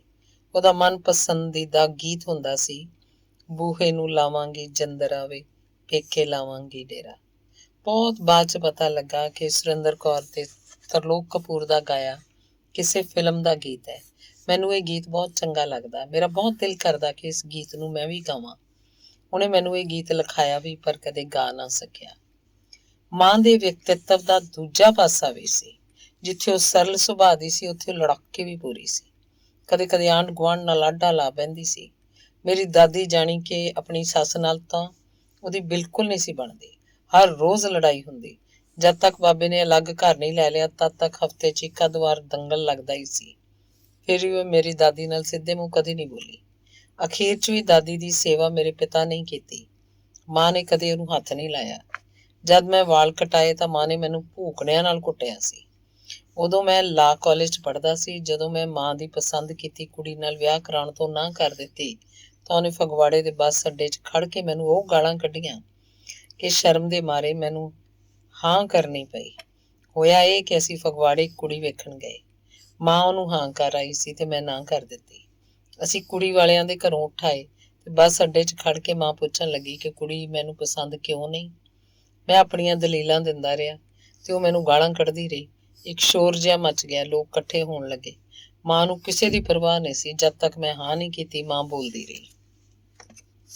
ਜਲਦੀ ਮਾਂ ਨੂੰ ਪਤਾ ਲੱਗ ਗਿਆ ਕਿ ਜਿਸ ਕੁੜੀ ਨਾਲ ਮੇਰਾ ਵਿਆਹ ਹੋਇਆ ਉਹ ਮਾਂ ਦੀਆਂ ਉਮੀਦਾਂ ਉੱਪਰ ਪੂਰੀ ਨਹੀਂ ਸੀ ਉਤਰਦੀ। ਘਰ ਦੇ ਕੰਮਕਾਰ 'ਚ ਫਾਡੀ ਸੀ। ਉਵੇਂ ਵੀ ਮਾਂ ਵਰਗੀ ਤੇਜ਼ੀ ਉਸ 'ਚ ਨਹੀਂ ਸੀ। ਮੈਂ ਆਪਣੀ ਨਵੀਂ ਬਣੀ ਪਤਨੀ ਬਾਰੇ ਕਦੀ ਕੋਈ ਸ਼ਿਕਾਇਤ ਨਹੀਂ ਸੀ ਕੀਤੀ, ਪਰ ਮਾਂ ਆਪ ਹੀ ਸਭ ਕੁਝ ਵੇਖਦੀ ਰਹਿੰਦੀ। ਇੱਕ ਦਿਨ ਮੈਂ ਤੇ ਪਿਤਾ ਬੈਠੇ ਸਾਂ ਤਾਂ ਮਾਂ ਬੋਲੀ, ਜਿੰਦੇ ਮੈਂ ਬਹੁਤ ਕਾਹਲੀ ਕਰ ਗਈ। ਮੈਨੂੰ ਤੇਰੀ ਗੱਲ ਮੰਨਣੀ ਚਾਹੀਦੀ ਸੀ। ਮੈਂ ਤੇਰੀ ਜੂਨ ਖਰਾਬ ਕਰਤੀ। ਚੱਲ ਮਾਈ, ਆਹ ਜੂਨ ਤਾਂ ਖਰਾਬ ਹੋ ਗਈ, ਪਰ ਅਗਲੀ ਜੂਨ 'ਚ ਚੁੱਪ ਰਹੀ। ਮੈਂ ਹੱਸਦਿਆਂ ਕਿਹਾ ਤੇ ਅਸੀਂ ਸਾਰੇ ਹੱਸਣ ਲੱਗੇ। ਮਾਂ ਫੇਰ ਬੋਲੀ, ਚੁੱਪ ਤਾਂ ਮੇਰੇ ਤੋਂ ਨਹੀਂ ਰਿਹਾ ਜਾਣਾ। ਜੂਨ ਭਾਵੇਂ ਤੇਰੀ ਇੱਕ ਹੋਰ ਖਰਾਬ ਹੋ ਜਾਏ। ਮੈਂ ਆਪਣੇ ਕਈ ਰਿਸ਼ਤੇਦਾਰਾਂ ਦੀ ਮਦਦ ਕਰਨ ਦੀ ਕੋਸ਼ਿਸ਼ ਕੀਤੀ, ਕਈਆਂ ਨੂੰ ਇੰਗਲੈਂਡ ਲੰਘਾਉਣ ਦੇ ਯਤਨ ਕੀਤੇ, ਪਰ ਮਾਂ ਨੇ ਮੇਰੀ ਇੱਕ ਨਾ ਚੱਲਣ ਦਿੱਤੀ। ਉਹ ਕਹਿੰਦੀ ਕਿ ਆਪਣੇ ਟੱਬਰ ਨੂੰ ਸੰਭਾਲ, ਬਾਕੀਆਂ ਨੂੰ ਉਹਨਾਂ ਦੇ ਹਾਲ ਤੇ ਛੱਡ ਦੇ। ਇੱਕ ਵਾਰ ਕਿਸੇ ਰਿਸ਼ਤੇਦਾਰ ਨੇ ਮੇਰੇ ਤੋਂ 10,000 ਰੁਪਏ ਉਧਾਰੇ ਲਏ। ਮਾਂ ਨੇ ਓਨਾ ਚਿਰ ਉਹਨਾਂ ਦਾ ਨੱਕ 'ਚ ਦਮ ਕਰੀ ਰੱਖਿਆ ਜਦ ਤੱਕ ਉਹਨਾਂ ਨੇ ਵਾਪਸ ਨਾ ਕਰ ਦਿੱਤੇ। ਮੈਂ ਇੰਡੀਆ ਜਾਂਦਾ ਤਾਂ ਸਾਰਿਆਂ ਲਈ ਕੁਝ ਨਾ ਕੁਝ ਲੈ ਕੇ ਜਾਂਦਾ। ਮਾਂ ਸਾਰਾ ਸਮਾਨ ਸਾਂਭ ਲੈਂਦੀ ਤੇ ਆਪਣੀ ਮਰਜ਼ੀ ਨਾਲ ਜਿਹਨੂੰ ਕੁਝ ਦੇਣਾ ਹੁੰਦਾ ਆਪ ਦਿੰਦੀ। ਮੇਰੇ ਤੇ ਪਿਤਾ ਦੇ ਸ਼ਰਾਬ ਪੀਣ ਤੋਂ ਬਹੁਤ ਖਿੱਝਦੀ, ਪਰ ਉਹਨੂੰ ਖੁਸ਼ੀ ਹੁੰਦੀ ਕਿ ਖਾਲੀ ਬੋਤਲਾਂ ਨਾਲ ਭਾਂਡੇ ਲਵੇਗੀ। ਜਦ ਵਾਹਵਾ ਸਾਰੀਆਂ ਬੋਤਲਾਂ ਇਕੱਠੀਆਂ ਹੋ ਜਾਂਦੀਆਂ ਤਾਂ ਫੇਰੀ ਵਾਲੇ ਨੂੰ ਉਡੀਕਣ ਲੱਗਦੀ। ਇੱਕ ਵਾਰ ਅਸੀਂ ਮਾਂ ਨੂੰ ਇੰਗਲੈਂਡ ਸੱਦਿਆ। ਮਾਂ ਬਹੁਤ ਖੁਸ਼ ਸੀ। ਸਾਡੇ ਗੁਆਂਢ 'ਚ ਸੂ ਨਾਮੀ ਗੋਰੀ ਰਹਿੰਦੀ ਸੀ। ਮੌਸਮ ਵਧੀਆ ਹੁੰਦਾ ਤਾਂ ਸੂ ਬਾਹਰ ਗਾਰਡਨ 'ਚ ਆ ਜਾਂਦੀ। ਮਾਂ ਵੀ ਜਿਵੇਂ ਉਹਨੂੰ ਉਡੀਕਦੀ ਰਹਿੰਦੀ। ਮਾਂ ਉਸ ਨਾਲ ਗੱਲਾਂ ਲੱਗ ਜਾਂਦੀ। ਦੋਵੇਂ ਘੰਟਾ ਭਰ ਗੱਲਾਂ ਕਰਦੀਆਂ ਰਹਿੰਦੀਆਂ। ਮਜ਼ੇ ਦੀ ਗੱਲ ਇਹ ਸੀ ਕਿ ਨਾ ਮਾਂ ਨੂੰ ਅੰਗਰੇਜ਼ੀ ਆਉਂਦੀ ਸੀ ਤੇ ਨਾ ਸੂ ਨੂੰ ਪੰਜਾਬੀ, ਪਰ ਇੱਕ ਦੂਜੇ ਦੀ ਸਾਰੀ ਗੱਲ ਸਮਝਦੀਆਂ ਸਨ। ਇਵੇਂ ਉਹਨਾਂ ਦਿਨਾਂ 'ਚ ਦੁੱਧ ਮਿਲਕ ਫਲੋਟ ਉੱਪਰ ਮਿਲਕਮੈਨ ਘਰ ਘਰ ਦਿਆ ਕਰਦੇ ਸੀ। ਮਾਂ ਦੁੱਧ ਵਾਲੇ ਦਾ ਰਾਹ ਦੇਖਦੀ ਰਹਿੰਦੀ। ਉਸ ਤੋਂ ਦੁੱਧ ਤੋਂ ਬਿਨਾਂ ਬ੍ਰੈਡ, ਜੂਸ, ਬੇਕਨ, ਸੌਸੇਜ, ਆਂਡੇ ਆਦਿ ਜੋ ਵੀ ਚਾਹੀਦਾ ਹੁੰਦਾ ਲੈ ਲੈਂਦੀ। ਇਵੇਂ ਹੀ ਬੈਗ ਲੈ ਕੇ ਲੋਕਲ ਦੁਕਾਨ ਤੋਂ ਵੀ ਸ਼ਾਪਿੰਗ ਕਰ ਆਉਂਦੀ। ਇੱਕ ਵਾਰ ਅਸੀਂ ਬਰਮਿੰਘਮ ਜਾ ਰਹੇ ਸੀ। ਉਹਨਾਂ ਦਿਨਾਂ 'ਚ ਆਦਤ ਹੁੰਦੀ ਸੀ ਕਿ ਰਾਹ 'ਚ ਇੱਕ ਵਾਰ ਰੁਕ ਕੇ ਜ਼ਰੂਰ ਜਾਂਦੇ। ਕਾਰਾਂ ਅੱਜ ਵਾਂਗ ਮਕੈਨੀਕਲੀ ਐਡਵਾਂਸ ਨਹੀਂ ਸੀ ਹੁੰਦੀਆਂ। ਡਰਾਈਵਰ ਸੋਚਦੇ ਗੱਡੀ ਨੂੰ ਜ਼ਰਾ ਦਮ ਦਵਾ ਲਿਆ ਜਾਏ। ਅਸੀਂ ਰਾਹ 'ਚ ਕੈਫੇ ਤੇ ਰੁਕੇ। ਸਭ ਨੂੰ ਭੁੱਖ ਲੱਗੀ ਹੋਈ ਸੀ। ਮੇਰੇ ਭਰਾ ਨੇ ਮਾਂ ਨੂੰ ਪੁੱਛਿਆ, ਬਰਗਰ ਖਾਣੇ ਨੇ? ਮਾਂ ਨੇ ਝੱਟ ਹਾਂ ਕਰਤੀ, ਜਦ ਕਿ ਉਹਨੇ ਇੰਗਲੈਂਡ ਆਉਂਦਿਆਂ ਹੀ ਐਲਾਨ ਕਰ ਦਿੱਤਾ ਸੀ ਕਿ ਘਰ 'ਚ ਬੀਫ ਨੂੰ ਕੋਈ ਹੱਥ ਨਹੀਂ ਲਾਏਗਾ। ਬੀਫ ਕੋਈ ਪੰਜਾਬੀ ਨਹੀਂ ਸੀ ਖਾਂਦਾ। ਹਾਂ, ਬੀਫ ਬਰਗਰ ਕਈ ਲੋਕ ਖਾ ਲੈਂਦੇ ਸਨ। ਮਾਂ ਨੇ ਬੀਫ ਬਰਗਰ ਖਾਧੇ ਤਾਂ ਉਹਨੂੰ ਬਹੁਤ ਸਵਾਦ ਲੱਗੇ। ਭਰਾ ਨੇ ਦੱਸ ਦਿੱਤਾ ਕਿ ਬੀਫ ਦੇ ਬਣੇ ਸੀ। ਮਾਂ ਬੋਲੀ, ਆਪਣੇ ਪਿਓ ਨੂੰ ਨਾ ਦੱਸਿਓ, ਪਰ ਮੈਨੂੰ ਇੱਕ ਹੋਰ ਲਿਆ ਦਿਓ। ਮਾਂ ਸਾਡੇ ਕੋਲ 4 ਮਹੀਨੇ ਰਹੀ। ਅਸੀਂ ਉਹਨੂੰ ਪੂਰਾ ਇੰਗਲੈਂਡ ਦਿਖਾਇਆ। ਜਾਂਦੇ ਹੋਏ ਸਮਾਨ ਦਾ ਲਾਲਚ ਕਰਨ ਲੱਗੀ। ਫਲਾਣੇ ਲਈ ਵੀ ਕੁਝ ਚਾਹੀਦਾ, ਫਲਾਣੇ ਲਈ ਵੀ। ਭਾਰ ਬਹੁਤ ਵੱਧ ਗਿਆ। 2 ਕੋਟੀਆਂ ਤੇ ਉੱਪਰੋਂ ਦੀ 2 ਜੈਕਟਾਂ ਪਾ ਲਈਆਂ। ਕੁਝ ਸੋਨਾ ਵੀ ਖਰੀਦ ਲਿਆ ਤੇ ਕੁਝ ਨਗਦ ਪਾਉਂਡ ਵੀ। ਕਿਸੇ ਨਾ ਕਿਸੇ ਤਰ੍ਹਾਂ ਉਹ ਦਿੱਲੀ ਪੁੱਜ ਗਈ। ਅੱਗੋਂ ਪਿਤਾ ਲੈਣ ਆਏ ਹੋਏ ਸਨ। ਏਅਰਪੋਰਟ ਤੋਂ ਬੱਸ ਅੱਡੇ ਲਈ ਉਹਨਾਂ ਟੈਕਸੀ ਕਰ ਲਈ। ਮਾਂ ਆਪਣਾ ਬੈਗ ਟੈਕਸੀ 'ਚ ਹੀ ਭੁੱਲ ਗਈ। ਪਿੰਡ ਨੇੜੇ ਪੁੱਜ ਕੇ ਬੈਗ ਦਾ ਖਿਆਲ ਆਇਆ। ਸੋਨਾ ਪੈਸੇ ਤਾਂ ਗਈ, ਪਰ ਸਭ ਤੋਂ ਵੱਡਾ ਦੁੱਖ ਪਾਸਪੋਰਟ ਦਾ ਸੀ। ਇੰਗਲੈਂਡ ਦੀ ਸਟੈਂਪ ਵਾਲੇ ਪਾਸਪੋਰਟ ਦਾ ਆਪਣਾ ਮੁੱਲ ਹੁੰਦਾ ਹੈ। ਹਫ਼ਤੇ ਕੁ ਬਾਅਦ ਪਾਸਪੋਰਟ ਡਾਕ ਰਾਹੀਂ ਘਰ ਆ ਗਿਆ। ਟੈਕਸੀ ਵਾਲਾ ਕੁਝ ਕੁ ਰਹਿਮਦਿਲ ਜ਼ਰੂਰ ਹੋਏਗਾ। ਉਹਨੇ ਵੈਸੇ ਹੀ ਪਾਸਪੋਰਟ ਡਾਕ ਵਾਲੇ ਡੱਬੇ 'ਚ ਪਾ ਦਿੱਤਾ ਤੇ ਪਾਸਪੋਰਟ ਕਿਸੇ ਨਾ ਕਿਸੇ ਤਰ੍ਹਾਂ ਘਰ ਪੁੱਜ ਗਿਆ। ਸ਼ਾਇਦ ਇਹ ਕਾਰਨ ਸੀ ਜਾਂ ਕੋਈ ਹੋਰ, ਮੁੜ ਕੇ ਮਾਂ ਦਾ ਪਾਸਪੋਰਟ ਰੀਨਿਊ ਨਹੀਂ ਹੋ ਸਕਿਆ। ਹਰ ਬੰਦੇ ਕੋਲ ਮਾਂ ਬਾਰੇ ਇੰਨਾ ਕੁਝ ਕਹਿਣ ਲਈ ਹੁੰਦਾ ਕਿ ਪੂਰੀ ਇੱਕ ਕਿਤਾਬ ਲਿਖ ਸਕਦਾ ਹੈ। ਇਵੇਂ ਮੇਰੇ ਕੋਲ ਵੀ ਬਹੁਤ ਕੁਝ ਹੈ, ਪਰ ਮੈਂ ਸਿਰਫ ਇੱਕ ਯਾਦ ਹੋਰ ਸਾਂਝੀ ਕਰਾਂਗਾ ਜੋ ਮਾਂ ਹੋਣ ਦੇ ਅਨੇਕਾਂ ਗੁਣਾਂ 'ਚੋਂ ਇੱਕ ਗੁਣ ਨਾਲ ਜੁੜੀ ਹੈ। ਮੇਰੀ ਮਾਂ ਸ਼ੂਗਰ ਦੀ ਮਰੀਜ਼ ਸੀ। ਦਵਾਈ ਦਾਰੂ ਚੱਲਦੀ ਰਹਿੰਦੀ, ਪਰ ਪਰਹੇਜ਼ ਪੱਖੋਂ ਅਣਗਹਿਲੀ ਕਰ ਜਾਂਦੀ। ਨਤੀਜਾ ਇਹ ਕਿ ਸ਼ੂਗਰ ਉਹਦੀ ਸਿਹਤ ਤੇ ਹਾਵੀ ਹੋਣ ਲੱਗੀ। ਮੇਰੀ ਹਰ ਫੇਰੀ ਵੇਲੇ ਉਹਦੀ ਸਿਹਤ ਪਹਿਲਾਂ ਨਾਲੋਂ ਕਮਜ਼ੋਰ ਹੋ ਗਈ ਹੁੰਦੀ। ਮੈਂ ਸੋਚਦਾ ਉਹਨੂੰ ਕਿਸੇ ਤਰ੍ਹਾਂ ਇੰਗਲੈਂਡ ਸੱਦ ਲਵਾਂ। ਉਹਦੇ ਨਵੇਂ ਪਾਸਪੋਰਟ ਲਈ ਅਪਲਾਈ ਕੀਤਾ ਗਿਆ, ਪਰ ਪਾਸਪੋਰਟ ਤੋਂ ਨਾ ਹੋ ਗਈ। ਇਹਦਾ ਕੀ ਕਾਰਨ ਸੀ, ਹਾਲੇ ਤੱਕ ਸਮਝ ਨਹੀਂ ਪਈ। ਜਿੰਨੀ ਵਾਰੀ ਵੀ ਪਾਸਪੋਰਟ ਲਈ ਅਰਜ਼ੀ ਭੇਜੀ, ਇਨਕਾਰ ਹੋ ਗਿਆ। ਖੈਰ, ਅਸੀਂ ਇਸ ਪਾਸੇ ਕੋਈ ਖਾਸ ਧਿਆਨ ਵੀ ਨਾ ਦਿੱਤਾ, ਨਹੀਂ ਤਾਂ ਹਾਈ ਕੋਰਟ 'ਚ ਰਿਟ ਕਰਕੇ ਪਾਸਪੋਰਟ ਸ਼ਾਇਦ ਮਿਲ ਵੀ ਜਾਂਦਾ। ਮੇਰੇ ਪਿਤਾ ਦਾ ਫੋਨ ਆਇਆ। ਉਹ ਬਹੁਤ ਹਿਰਖ 'ਚ ਸਨ। ਕਹਿ ਰਹੇ ਸਨ ਕਿ ਤੁਸੀਂ ਸਾਰੇ ਇੰਗਲੈਂਡ 'ਚ ਆਰਾਮ ਕਰ ਰਹੇ ਹੋ ਤੇ ਤੁਹਾਡੀ ਬਿਮਾਰ ਮਾਂ ਨੂੰ ਮੈਂ ਹਸਪਤਾਲਾਂ 'ਚ ਲਈ ਫਿਰਦਾ। ਮੈਨੂੰ ਵੀ ਉਹਨਾਂ ਦੀ ਗੱਲ ਸੱਚੀ ਲੱਗੀ। ਮੈਂ ਉਸੇ ਵੇਲੇ ਇੰਡੀਆ ਲਈ ਚੜ੍ਹ ਆਇਆ। ਮਾਂ ਦੀ ਹਾਲਤ ਵਾਕਿਆ ਹੀ ਬਹੁਤ ਢਿੱਲੀ ਸੀ। ਡਾਇਲਿਸਿਸ ਲੱਗ ਰਿਹਾ ਸੀ। ਮੈਨੂੰ ਦੇਖ ਮਾਂ ਖੁਸ਼ ਹੁੰਦੀ ਬੋਲੀ, ਜਿੰਦੇ ਹੁਣ ਮੈਂ ਠੀਕ ਹੋ ਜਾਣਾ, ਬਸ ਤੂੰ ਮੈਨੂੰ ਆਪਣੇ ਨਾਲ ਲੈ ਜਾ, ਕਿਸੇ ਨਾ ਕਿਸ ਤਰ੍ਹਾਂ ਮੇਰਾ ਪਾਸਪੋਰਟ ਲੈ ਆ। ਮੈਂ ਮਾਂ ਨੂੰ ਸੰਭਾਲਣ 'ਚ ਪਿਤਾ ਦਾ ਹੱਥ ਵੰਡਾਉਣ ਲੱਗਾ। ਕਦੇ ਡਾਇਲਿਸਿਸ ਲਈ ਲੁਧਿਆਣੇ, ਕਦੇ ਬਲੱਡ ਲਈ ਜਲੰਧਰ, ਕਦੇ ਇੱਕ ਡਾਕਟਰ, ਕਦੇ ਦੂਜਾ ਡਾਕਟਰ। ਮਾਂ ਦੀ ਸਿਹਤ 'ਚ ਸੁਧਾਰ ਨਹੀਂ ਸੀ ਹੋ ਰਿਹਾ। ਮੈਨੂੰ ਉਦਾਸ ਵੇਖ ਕੇ ਮਾਂ ਸਭ ਸਮਝ ਆਉਂਦੀ। ਉਹ ਪਾਸਪੋਰਟ ਲੈਣ ਲਈ ਜ਼ੋਰ ਪਾਉਂਦੀ ਰਹਿੰਦੀ। ਮੈਂ ਪਾਸਪੋਰਟ ਦਫ਼ਤਰ ਗਿਆ। ਉਹਨਾਂ ਸਾਫ਼ ਕਹਿ ਦਿੱਤਾ ਕਿ ਉੱਪਰਲੇ ਕਿਸੇ ਹੁਕਮ ਅਧੀਨ ਪਾਸਪੋਰਟ ਨਹੀਂ ਦਿੱਤਾ ਜਾ ਰਿਹਾ। ਜ਼ਾਹਿਰ ਸੀ ਕਿਸੇ ਨੇ ਕੋਈ ਸ਼ਿਕਾਇਤ ਕੀਤੀ ਸੀ। ਇਹ ਸ਼ਿਕਾਇਤ ਕੀ ਸੀ ਇਸ ਬਾਰੇ ਕੁਝ ਨਹੀਂ ਸੀ ਪਤਾ। ਨਾ ਹੀ ਮੇਰੇ ਕੋਲ ਇੰਨਾ ਵਕਤ ਸੀ ਤੇ ਸ਼ਾਇਦ ਮਾਂ ਕੋਲ ਵੀ ਇੰਨਾ ਸਮਾਂ ਨਹੀਂ ਸੀ। ਉਹਦੀ ਸਿਹਤ ਵੇਖ ਕੇ ਸਾਫ਼ ਲੱਗਦਾ ਸੀ ਕਿ ਉਹ ਕਾਹਲੀ ਵਿੱਚ ਹੈ। ਮਾਂ ਨੂੰ ਪਤਾ ਲੱਗਾ ਕਿ ਪਾਸਪੋਰਟ ਨਹੀਂ ਮਿਲਣਾ ਤਾਂ ਉਹਨੇ ਆਪਣੀ ਟੋਨ ਬਦਲ ਲਈ। ਜਿੰਦੇ, ਤੂੰ ਵਾਪਸ ਜਾ ਕੇ ਆਪਣਾ ਬਿਜ਼ਨਸ ਸੰਭਾਲ। ਮੇਰੇ ਕੋਲ ਤਾਂ ਤੇਰੇ ਪਿਤਾ ਹੈ ਨਹੀਂ। ਇੱਕ ਕੁੜੀ ਵੀ ਕੰਮ ਲਈ ਰੱਖ ਲੈਣੀ ਹੈ। ਮੈਂ ਹੌਲੀ ਹੌਲੀ ਠੀਕ ਹੋ ਜਾਣਾ। ਤੇਰੇ ਮੁੜ ਕੇ ਆਉਣ ਤੱਕ ਮੈਂ ਬਿਲਕੁਲ 9/9 ਹੋ ਜਾਣਾ। ਉਹ ਹਰ ਵੇਲੇ ਆਪਣੇ ਸੁਭਾਅ ਮੁਤਾਬਕ ਹਾਸੇ ਮਜ਼ਾਕ ਕਰਦੀ ਰਹਿੰਦੀ, ਪਰ ਨਾਲ ਦੀ ਨਾਲ ਅਗਲੇ ਸਫ਼ਰ ਦੀ ਤਿਆਰੀ ਵਿੱਚ ਵੀ ਸੀ। ਕਦੇ ਕਹਿੰਦੀ, ਮੇਰਾ ਕਿਸੇ ਵਹਿਮ ਭਰਮ 'ਚ ਯਕੀਨ ਨਹੀਂ। ਐਵੇਂ ਲੋਕਾਂ ਮਗਰ ਲੱਗ ਕੇ ਫਜ਼ੂਲ ਪੈਸੇ ਨਾ ਖਰਚੀ ਜਾਇਓ। ਸਭ ਸਾਦਾ। ਆਪਣੇ ਪਿਓ ਨੂੰ ਨਾਲ ਲੈ ਜਾਈਂ। ਇੱਥੇ ਨਾ ਛੱਡੀ। ਇੱਥੇ ਇਹਨੇ ਰੁਲ ਜਾਣਾ। ਇਹਨੂੰ ਇਕੱਲੇ ਰਹਿਣ ਦੀ ਆਦਤ ਨਹੀਂ। ਉੱਥੇ ਤੁਹਾਡੇ 'ਚ ਰਮ ਜਾਊ। ਹੁਣ ਟਾਈਮ ਆ ਗਿਆ ਹੈ ਕਿ ਤੂੰ ਆਪਣੇ ਬਾਰੇ ਸੋਚੇਂ। ਭੈਣ ਭਰਾ ਦੀ ਉਮਰ ਹੁਣ ਸ਼ਰੀਕ ਬਣਨ ਦੀ ਹੋ ਚੁੱਕੀ ਹੈ, ਸੋ ਹੁਣ ਆਪਣੇ ਟੱਬਰ ਵੱਲ ਧਿਆਨ ਦੇ। ਪਿਛਲੇ ਦਿਨਾਂ 'ਚ ਮਾਂ ਦੀ ਸਿਹਤ ਬਹੁਤ ਹੀ ਨਿਢਾਲ ਹੋ ਗਈ ਸੀ। ਖਾਣਾ ਬਣਾਉਣ ਦੇ ਕਾਬਿਲ ਵੀ ਨਹੀਂ ਸੀ, ਪਰ ਸਾਡਾ ਖਾਣਾ ਕਿਸੇ ਨਾ ਕਿਸੇ ਤਰ੍ਹਾਂ ਆਪ ਬਣਾਉਂਦੀ। ਉਹ ਕੁੱਕਰ ਮੂਹਰੇ ਬਹਿ ਜਾਂਦੀ, ਪਿਤਾ ਸਾਰਾ ਸਮਾਨ ਉਸ ਕੋਲ ਰੱਖ ਦਿੰਦੇ, ਉਹ ਹੌਲੀ ਹੌਲੀ ਖਾਣਾ ਤਿਆਰ ਕਰ ਦਿੰਦੇ। ਉਸ ਦਿਨ ਉਹਨੇ ਬੱਕਰੇ ਦਾ ਮੀਟ ਬਣਾਇਆ ਸੀ। ਮੀਟ ਮੱਛੀ ਬਣਾਉਣ 'ਚ ਉਹਦਾ ਕੋਈ ਆਸਾਨੀ ਨਹੀਂ ਸੀ, ਬਲਕਿ ਹਰ ਪ੍ਰਕਾਰ ਦਾ ਖਾਣਾ ਬਣਾਉਣ 'ਚ ਉਹਦਾ ਕੋਈ ਮੁਕਾਬਲਾ ਨਹੀਂ ਕਰ ਸਕਦਾ ਸੀ। ਘੱਟੋ ਘੱਟ ਅੱਜ ਤੱਕ ਮੈਨੂੰ ਕਿਸੇ ਦੇ ਬਣੇ ਖਾਣੇ 'ਚੋਂ ਮਾਂ ਦੇ ਬਣੇ ਖਾਣੇ ਵਾਲੀ ਖੁਸ਼ਬੂ ਨਹੀਂ ਆਈ। ਮਾਂ ਨੇ ਕਿਸੇ ਨਾ ਕਿਸੇ ਤਰ੍ਹਾਂ ਖਾਣਾ ਬਣਾਇਆ। ਉਸ ਰਾਤ ਉਹਦੀਆਂ ਸ਼ਾਇਦ ਟੁੱਟਣ ਲੱਗ ਪਈਆਂ ਸਨ। ਪਿੰਡ ਦੇ ਕਿਸੇ ਡਾਕਟਰ ਨੂੰ ਸੱਦਿਆ ਗਿਆ। ਉਹਨੇ ਸਲਾਹ ਦਿੱਤੀ ਕਿ ਸਵੇਰ ਹੁੰਦੇ ਹੀ ਮਾਂ ਨੂੰ ਸ਼ਹਿਰ ਦੇ ਹਸਪਤਾਲ 'ਚ ਲਿਜਾਇਆ ਜਾਏ।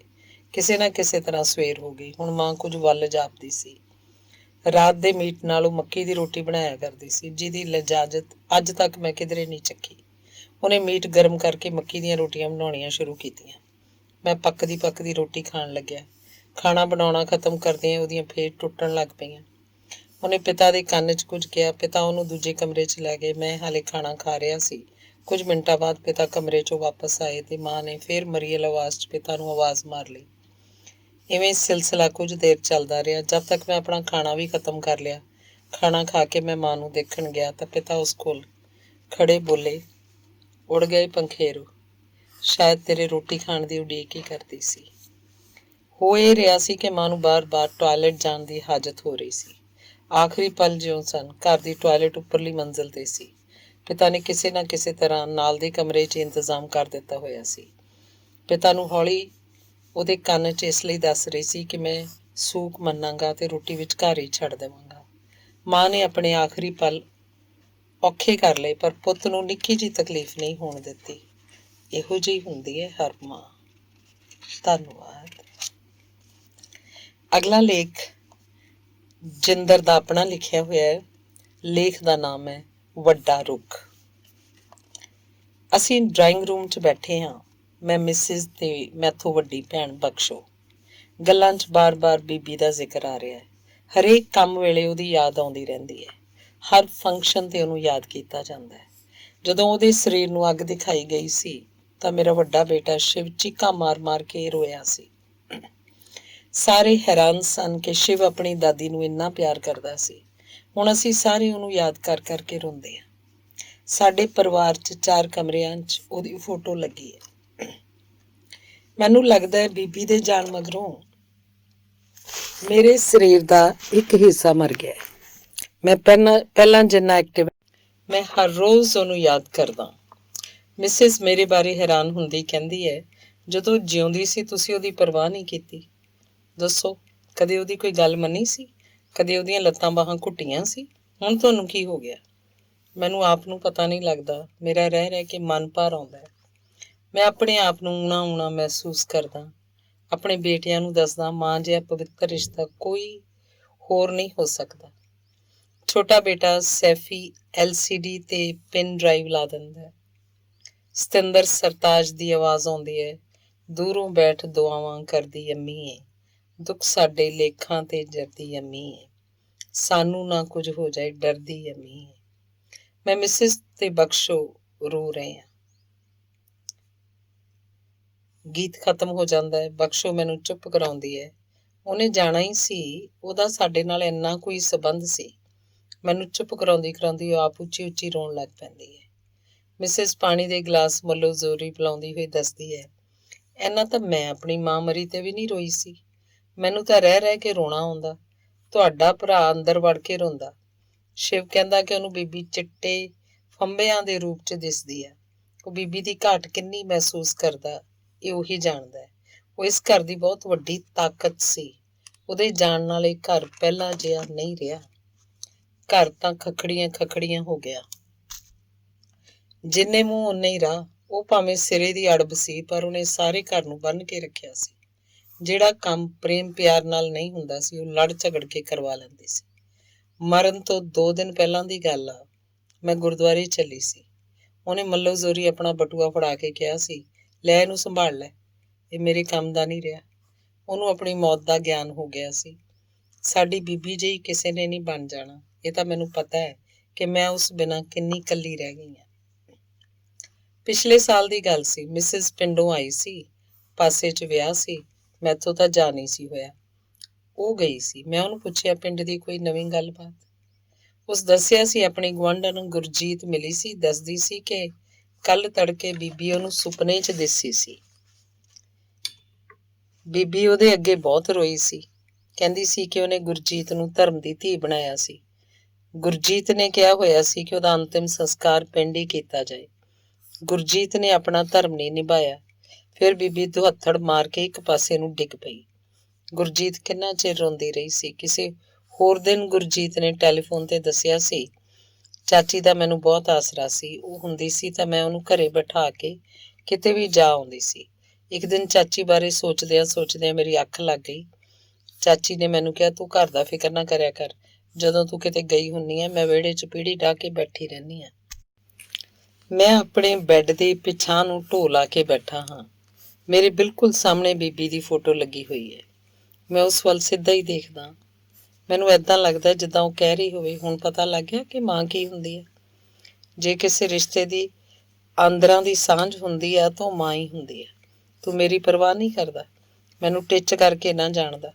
ਤੈਨੂੰ ਯਾਦ ਆ ਗਿਆ ਕਿ ਨਹੀਂ, ਇੱਕ ਵਾਰ ਤੂੰ ਪਿੰਡ ਆਇਆ ਸੀ, ਮੈਨੂੰ ਬੁਖਾਰ ਚੜਿਆ ਹੋਇਆ ਸੀ। ਤੂੰ ਮੈਨੂੰ ਦਵਾਈ ਤਾਂ ਕੀ ਲੈ ਕੇ ਦੇਣੀ ਸੀ। ਸ਼ਾਮ ਨੂੰ ਜਲੰਧਰ ਮੁੜ ਗਿਆ। ਦੂਜੇ ਸ਼ਨੀਵਾਰ ਆਇਆ ਤਾਂ ਤੈਨੂੰ ਬੁਖਾਰ ਚੜ ਗਿਆ। ਮੈਂ ਸਾਰੀ ਰਾਤ ਤੇਰੇ ਮੱਥੇ ਤੇ ਪੱਟੀਆਂ ਰੱਖਦੀ ਰਹੀ। ਕਈ ਗੱਲਾਂ ਦੀ ਸਾਨੂੰ ਸਾਰੀ ਉਮਰ ਸਮਝ ਨਹੀਂ ਲੱਗਦੀ। ਜਿੱਦਾਂ ਜਿੱਦਾਂ ਸਮਾਂ ਬੀਤਦਾ ਜਾਊਗਾ, ਤੂੰ ਮੇਰੀ ਲੋੜ ਨੂੰ ਓਨਾ ਹੀ ਜ਼ਿਆਦਾ ਮਹਿਸੂਸ ਕਰੇਗਾ। ਮਿਸਿਸ ਆਪਣੇ ਆਪ ਨਾਲ ਸਲਾਈ ਪਈ ਹੋਈ ਹੈ। ਬੀਬੀ ਦੇ ਜਾਣ ਤੋਂ ਬਾਅਦ ਮੈਨੂੰ ਏਦਾਂ ਲੱਗਦਾ ਜਿੱਦਾਂ ਮੇਰੇ ਲਈ ਕੋਈ ਕੰਮ ਹੀ ਨਹੀਂ ਰਿਹਾ। ਉਹ ਸੀ ਤਾਂ ਮੈਂ ਕੰਮਾਂ 'ਚ ਰੁੱਝੀ ਰਹਿੰਦੀ। ਪਤਾ ਲੈਣ ਵਾਲੇ ਆਏ ਰਹਿੰਦੇ, ਇੱਕ ਜਾਂਦਾ 2 ਆ ਜਾਂਦੇ। ਹੁਣ ਕੋਈ ਇੱਧਰ ਨੂੰ ਮੂੰਹ ਹੀ ਨਹੀਂ ਕਰਦਾ। ਮੈਂ ਤਾਂ ਅਜੇ ਮੁੰਡੇ ਵਿਆਹੁਣੇ ਆ, ਮੈਂ ਕਿਹਦੇ ਨਾਲ ਸਲਾਹ ਕਰੂੰਗੀ। ਮੇਰੇ ਲਈ ਤਾਂ ਉਹ ਵੱਡਾ ਰੁੱਖ ਸੀ। ਜੇ ਉਹ ਹੁੰਦੀ ਤਾਂ ਉਹਨੇ ਕਈ ਵਾਰ ਰੁੱਸਣਾ ਸੀ, ਮੰਨਣਾ ਸੀ। ਬੀਬੀ ਨੂੰ ਇਸ ਦੁਨੀਆ ਤੋਂ ਗਿਆ 1.25 ਸਾਲ ਹੋ ਗਿਆ, ਪਰ ਮੈਨੂੰ ਵਿਸ਼ਵਾਸ ਹੀ ਨਹੀਂ ਆਉਂਦਾ ਕਿ ਉਹ ਸੱਚੀ ਮੁੱਚੀ ਚਲੀ ਗਈ ਹੈ। ਮੈਂ ਉਸ ਥਾਂ ਵੱਲ ਵੇਖਦਾ ਜਿੱਥੇ ਉਹਦਾ ਮੰਜਾ ਪਿਆ ਹੁੰਦਾ ਸੀ। ਮੇਰੇ ਕਮਰੇ ਦੇ ਅੱਗੇ ਡਰਾਇੰਗ ਰੂਮ ਨੁਮਾ ਕਮਰਾ ਪੈਂਦਾ, ਇੱਥੇ ਉਹਦਾ ਮੰਜਾ ਹੁੰਦਾ ਸੀ। ਉਸ ਲਈ ਉੱਠਣਾ ਬੈਠਣਾ ਔਖਾ ਹੋ ਗਿਆ ਸੀ, ਪਰ ਜ਼ਬਾਨ ਦਾ ਗੜਕਾ ਜਿਉਂ ਦਾ ਤਿਉਂ ਰਿਹਾ ਸੀ। ਕੀ ਮਜਾਲ ਸੀ ਉਹ ਰੱਤੀ ਭਰ ਵੀ ਝੁਕੀ ਹੋਵੇ। ਜਿਸ ਚੀਜ਼ ਦੀ ਮੰਗ ਕਰਦੀ, ਮਿਸਿਸ ਉਸੇ ਵੇਲੇ ਹਾਜ਼ਰ ਕਰਦੀ। ਉਹ ਬੀਬੀ ਕੋਲੋਂ ਏਦਾਂ ਡਰਦੀ ਸੀ ਜਿੱਦਾਂ ਕਾਂ ਧੁਣਖੀ ਤੋਂ ਡਰਦਾ। ਇਹੀ ਹਾਲ ਬਾਕੀ ਪਰਿਵਾਰ ਦਾ ਸੀ। ਆਪਾਂ ਨੂੰ ਬੀਬੀ ਦਾ ਸੰਸਕਾਰ ਪਿੰਡ ਹੀ ਕਰਨਾ ਚਾਹੀਦਾ ਸੀ, ਮਿਸਿਸ ਕਹਿੰਦੀ ਹੈ। ਉਹਨਾਂ ਮੈਨੂੰ ਵੀ ਕਿਹਾ ਸੀ ਕਿ ਉਹਨਾਂ ਦੇ ਸੰਗੀ ਸਾਥੀਆਂ ਦਾ ਸੰਸਕਾਰ ਪਿੰਡ 'ਚ ਹੋਇਆ ਸੀ। ਉਹ ਕਹਿੰਦੇ ਸੀ ਜੇ ਉਹਨਾਂ ਦਾ ਸੰਸਕਾਰ ਇੱਥੇ ਕੀਤਾ ਤਾਂ ਉਹ ਇਕੱਲੇ ਰਹਿ ਜਾਣਗੇ। ਮੈਂ ਉੱਥੇ ਹੀ ਮਰਨਾ ਚਾਹੁੰਦੀ ਹਾਂ ਜਿੱਥੇ ਮੈਂ ਵਿਆਹੀ ਆਈ ਸੀ। ਪਰ ਤੁਸੀਂ ਕਿਸੇ ਦੀ ਗੱਲ ਹੀ ਨਹੀਂ ਸੁਣੀ। 2-3 ਗੱਡੀਆਂ 'ਚ ਸਾਰਿਆਂ ਨੇ ਚਲੇ ਜਾਣਾ ਸੀ। ਮੈਂ ਮਿਸਿਸ ਦੀ ਕਿਸੇ ਗੱਲ ਦਾ ਕੋਈ ਜਵਾਬ ਨਹੀਂ ਦਿੰਦਾ। ਸੋਚਦਾ ਕਿ ਬੀਬੀ ਐਡੀ ਛੇਤੀ ਕਿਉਂ ਚਲੀ ਗਈ। ਗਰਮੀਆਂ 'ਚ ਵੀ ਉਹ ਬਹੁਤ ਜ਼ਿਆਦਾ ਬਿਮਾਰ ਹੋ ਗਈ ਸੀ। ਇੱਕ ਵਾਰ ਤਾਂ ਉਸੇ ਐਲਾਨ ਹੀ ਕਰ ਦਿੱਤਾ ਸੀ ਕਿ ਹੁਣ ਉਹਦਾ ਅੰਤ ਆ ਗਿਆ। ਉਹਨੇ ਆਪਣੇ ਹੱਥੀਂ ਦਾਨ ਪੁੰਨ ਕਰਨਾ ਸ਼ੁਰੂ ਕਰ ਦਿੱਤਾ। ਗਾਈਆਂ ਨੂੰ ਪੱਠੇ ਪਵਾਏ, ਸਾਨ ਨੂੰ ਗੁੜ ਚਾਰਿਆ, ਮਿਸਿਸ ਨੂੰ ਪੰਡਤ ਕੋਲ ਭੇਜਿਆ, ਵਗਦੇ ਪਾਣੀ 'ਚ ਸਤਨਾਜਾ ਤੇ ਸੁੱਕਾ ਨਾਰੀਅਲ ਸੁਟਵਾਇਆ, ਆਪਣੇ ਗੁਰੂ ਨਾਲ ਲਿਵ ਲਾ ਲਈ। ਘਰ 'ਚ ਮੈਂ ਇਕੱਲਾ ਹੀ ਸੀ ਜਿਹੜਾ ਜ਼ੋਰ ਨਾਲ ਕਹਿੰਦਾ, ਬੀਬੀ ਅਜੇ ਕਿਤੇ ਨਹੀਂ ਚੱਲੀ, ਮੇਰੇ ਨਾਲ ਭਾਵੇਂ ਕੋਈ ਸ਼ਰਤ ਲਾ ਲਵੇ। ਮੇਰਾ ਕਿਹਾ ਸੱਚ ਹੋਇਆ ਸੀ। ਅਜੇ ਬੀਬੀ ਦੀ ਸਕੈਨਿੰਗ, ਬਲੱਡ ਦੇ ਯੂਰੀਨਲ ਟੈਸਟ ਕਰਵਾਇਆ, ਕੋਈ ਬਿਮਾਰੀ ਨਾ ਨਿਕਲੀ। ਬਸ ਉਮਰ ਜ਼ਿਆਦਾ ਹੋਣ ਕਰਕੇ ਪਾਚਨ ਨਾੜੀਆਂ 'ਚ ਕਮਜ਼ੋਰੀ ਆ ਗਈ ਸੀ। ਮਿਸਿਸ ਨੇ ਬੀਬੀ ਦੀ ਖੁਰਾਕ ਬਦਲ ਦਿੱਤੀ। ਦਿਨਾਂ 'ਚ ਬੀਬੀ ਠੀਕ ਠਾਕ ਹੋ ਗਈ। ਉਹਨੂੰ ਖਾਧਾ ਪੀਤਾ ਵੀ ਪਚਣ ਲੱਗ ਪਿਆ। ਫਰਕ ਸਿਰਫ ਇੰਨਾ ਕੁ ਆਇਆ ਸੀ ਕਿ ਉਹਨਾਂ ਚੀਜ਼ਾਂ ਨੂੰ ਜ਼ਿਆਦਾ ਖਾਣ ਲੱਗੀ ਜਿਨ੍ਹਾਂ ਨੂੰ ਸਾਰੀ ਉਮਰ ਖਾਧਾ ਨਹੀਂ ਸੀ। ਉਹਦੇ ਸਿਰਹਾਣੇ ਵਾਲੇ ਪਾਸੇ ਪਏ ਛੋਟੇ ਜਿਹੇ ਮੇਜ਼ 'ਤੇ ਅਚਾਰ ਵਾਲਾ ਡੱਬਾ ਤੇ ਮੰਜੇ ਹੇਠ ਗੰਢਿਆਂ ਦੀ ਟੋਕਰੀ ਪਈ ਹੁੰਦੀ ਸੀ। ਉਹਦੇ ਮੂੰਹ ਦਾ ਸਵਾਦ ਖਰਾਬ ਹੁੰਦਾ ਤਾਂ ਉਹ ਅਚਾਰ ਦੀ ਫਾੜੀ ਮੂੰਹ 'ਚ ਪਾ ਕੇ ਚਗੋਲਦੀ ਰਹਿੰਦੀ। ਸਾਬਤੀ ਮਿਰਚ ਖਾ ਜਾਂਦੀ। ਕਹਿੰਦੀ, ਮੇਰੇ ਢਿੱਡ 'ਚ ਗੋਲਾ ਜਿਹਾ ਹੈ, ਇਹ ਬਹੁਤ ਦਰਦ ਕਰਦਾ ਹੈ। ਉਹ ਗਰਮ ਪਾਣੀ ਵਾਲੀ ਬੋਤਲ ਕੋਲ ਰੱਖਦੀ। ਜਦੋਂ ਦਰਦ ਜ਼ਿਆਦਾ ਹੀ ਵੱਧ ਜਾਂਦਾ ਤਾਂ ਗਰਮ ਬੋਤਲ ਨਾਲ ਉਹਨੂੰ ਆਰਾਮ ਮਿਲਦਾ। ਮੈਥੋਂ ਵੱਡੇ ਤਰਸੇਮ ਕੋਲੋਂ ਪਨੀਰ ਮੰਗਵਾ ਲੈਂਦੀ। ਮੈਂ ਉਹਦੀ ਭਾਰੀ ਖੁਰਾਕ ਦਾ ਵਿਰੋਧ ਕਰਦਾ ਕਿ ਉਸ ਕੋਲੋਂ ਭਾਰੀ ਚੀਜ਼ ਪਚਾ ਨਹੀਂ ਹੋਣੀ, ਪਰ ਉਹਦਾ ਉਹੀ ਕਰਨਾ ਹੁੰਦਾ ਜੋ ਉਹਦਾ ਮਨ ਕਹਿੰਦਾ। ਇੱਕ ਦਿਨ ਪਤਾ ਨਹੀਂ ਉਹਦੇ ਮਨ 'ਚ ਕੀ ਆਇਆ, ਉਹ ਝੋਲਾ ਕੱਛ 'ਚ ਦੇ ਕੇ ਕੱਲੀ ਪਿੰਡ ਚਲੀ ਗਈ। 2 ਦਿਨਾਂ ਬਾਅਦ ਕੱਲੀ ਮੁੜ ਆਈ। ਉਹਨੂੰ ਸਾਰੇ ਪਰਿਵਾਰ ਨਾਲ ਸ਼ਿਕਾਇਤ ਸੀ ਕਿ ਕੋਈ ਵੀ ਉਹਦੇ ਨਾਲ ਗਿਆ ਨਹੀਂ। 2 ਕੁ ਹਫ਼ਤਿਆਂ ਬਾਅਦ ਪਿੰਡੋਂ ਗੁਰਜੀਤ ਦਾ ਫੋਨ ਆਇਆ ਕਿ ਘਰ 'ਚ ਚੋਰੀ ਹੋ ਗਈ। ਚੋਰ ਕਾਫੀ ਸਾਰਾ ਸਮਾਨ ਚੁੱਕ ਕੇ ਲੈ ਗਏ। ਬੀਬੀ ਨੇ ਵਿਹੜੇ 'ਚ ਬੈਠ ਕੇ ਵੈਣ ਪਾਏ, ਜਿਹੜੇ ਮੇਰਾ ਸਮਾਨ ਚੁੱਕ ਕੇ ਲੈ ਗਏ ਉਹਨਾਂ ਦਾ ਕੱਖ ਨਹੀਂ ਰਹਿਣਾ। ਮੈਂ ਪੋਰਿਆਂ ਕਰਕੇ ਘਰ ਬੰਨਿਆ ਸੀ, ਉਹ ਵੀ ਲੁੱਟ ਕੇ ਲੈ ਗਏ। ਆ ਵੱਡੇ ਘਰਾਂ ਦੀਆਂ ਨੇ, ਮੇਰੀ ਇੱਕ ਨਹੀਂ ਮੰਨੀ। ਮੈਂ ਕਲਪ ਕੇ ਹੰਭ ਗਈ ਵੀ ਪਿੰਡ ਵਾਲਾ ਸਮਾਨ ਚੁੱਕ ਲਿਆਓ, ਪਰ ਕਿਸੇ ਨੇ ਗੱਲ ਨਹੀਂ ਸੁਣੀ। ਇਹਨਾਂ ਨੂੰ ਬੈਠੀਆਂ ਬਿਠਾਈਆਂ ਨੂੰ ਸਭ ਕੁਝ ਮਿਲ ਗਿਆ। ਜੇ ਮੇਰੇ ਵਾਂਗ ਤੀਲਾ ਕਰਕੇ ਆਲਣਾ ਬਣਾਇਆ ਹੁੰਦਾ ਤਾਂ ਇਹਨਾਂ ਨੂੰ ਪਤਾ ਹੁੰਦਾ ਨਿੱਕੀ ਤੋਂ ਨਿੱਕੀ ਚੀਜ਼ ਦੀ ਕਿੰਨੀ ਅਹਿਮੀਅਤ ਹੁੰਦੀ ਹੈ। ਸੁੱਖ ਇਹ ਵੀ ਨਹੀਂ ਪਾਉਣ ਲੱਗੀਆਂ। ਉਸ ਦਿਨ ਤੋਂ ਬਾਅਦ ਉਹ ਮਨ ਛੱਡ ਬੈਠੀ, ਹੋਰ ਹੀ ਤਰ੍ਹਾਂ ਦੀਆਂ ਗੱਲਾਂ ਕਰਨ ਲੱਗੀ। ਫਿਰ ਕੁਝ ਦਿਨ ਬਾਅਦ ਪਹਿਲਾਂ ਜਿਹੀ ਹੋ ਗਈ। ਉਹਨੇ ਆਪਣੇ ਸਮਾਨ ਦੀ ਵੰਡ ਵੰਡਾਈ ਕਰ ਦਿੱਤੀ। ਕੰਨਾਂ ਦੀਆਂ ਵਾਲੀਆਂ ਆਪਣੀ ਪੋਤੀ ਨੂੰ ਦੇ ਦਿੱਤੀਆਂ, ਟੌਪਸ ਵੱਡੀ ਦੋਹਤੀ ਸੰਤੋਸ਼ ਨੂੰ, ਬੈਂਕ ਵਾਲੀ FD ਤੁੜਵਾ ਕੇ ਮਿਸਿਸ ਨੂੰ ਪੈਸੇ ਦੇ ਦਿੱਤੇ। ਕਿਹਾ, ਧੀਏ ਤੂੰ ਮੈਨੂੰ ਧੀ ਬਣ ਕੇ ਦਿਖਾਤਾ, ਤੂੰ ਬਹੁਤ ਸੁੱਖ ਪਾਏਂਗੀ, ਇਹ 'ਚੋਂ ਕਿਸੇ ਨੂੰ 1 ਪੈਸਾ ਨਾ ਦੇਈਂ। ਮਿਸਿਸ ਨੇ ਕਿਹਾ, ਵੱਡੀ ਨਾਰਾਜ਼ ਹੋ ਜਾਏਗੀ। ਮਿਸਿਸ ਨੇ ਉਹਦੇ ਪੈਸੇ ਨਾ ਫੜੇ। ਉਸ ਕਿਹਾ, ਜਦੋਂ ਮੈਂ ਕਹਿੰਦੀ ਹਾਂ ਤੂੰ ਕਿਉਂ ਡਰਦੀ ਹੈ? 70 ਆਪਣੇ ਪਾਸੇ ਵਾਲੀ ਵਿਛਾਈ।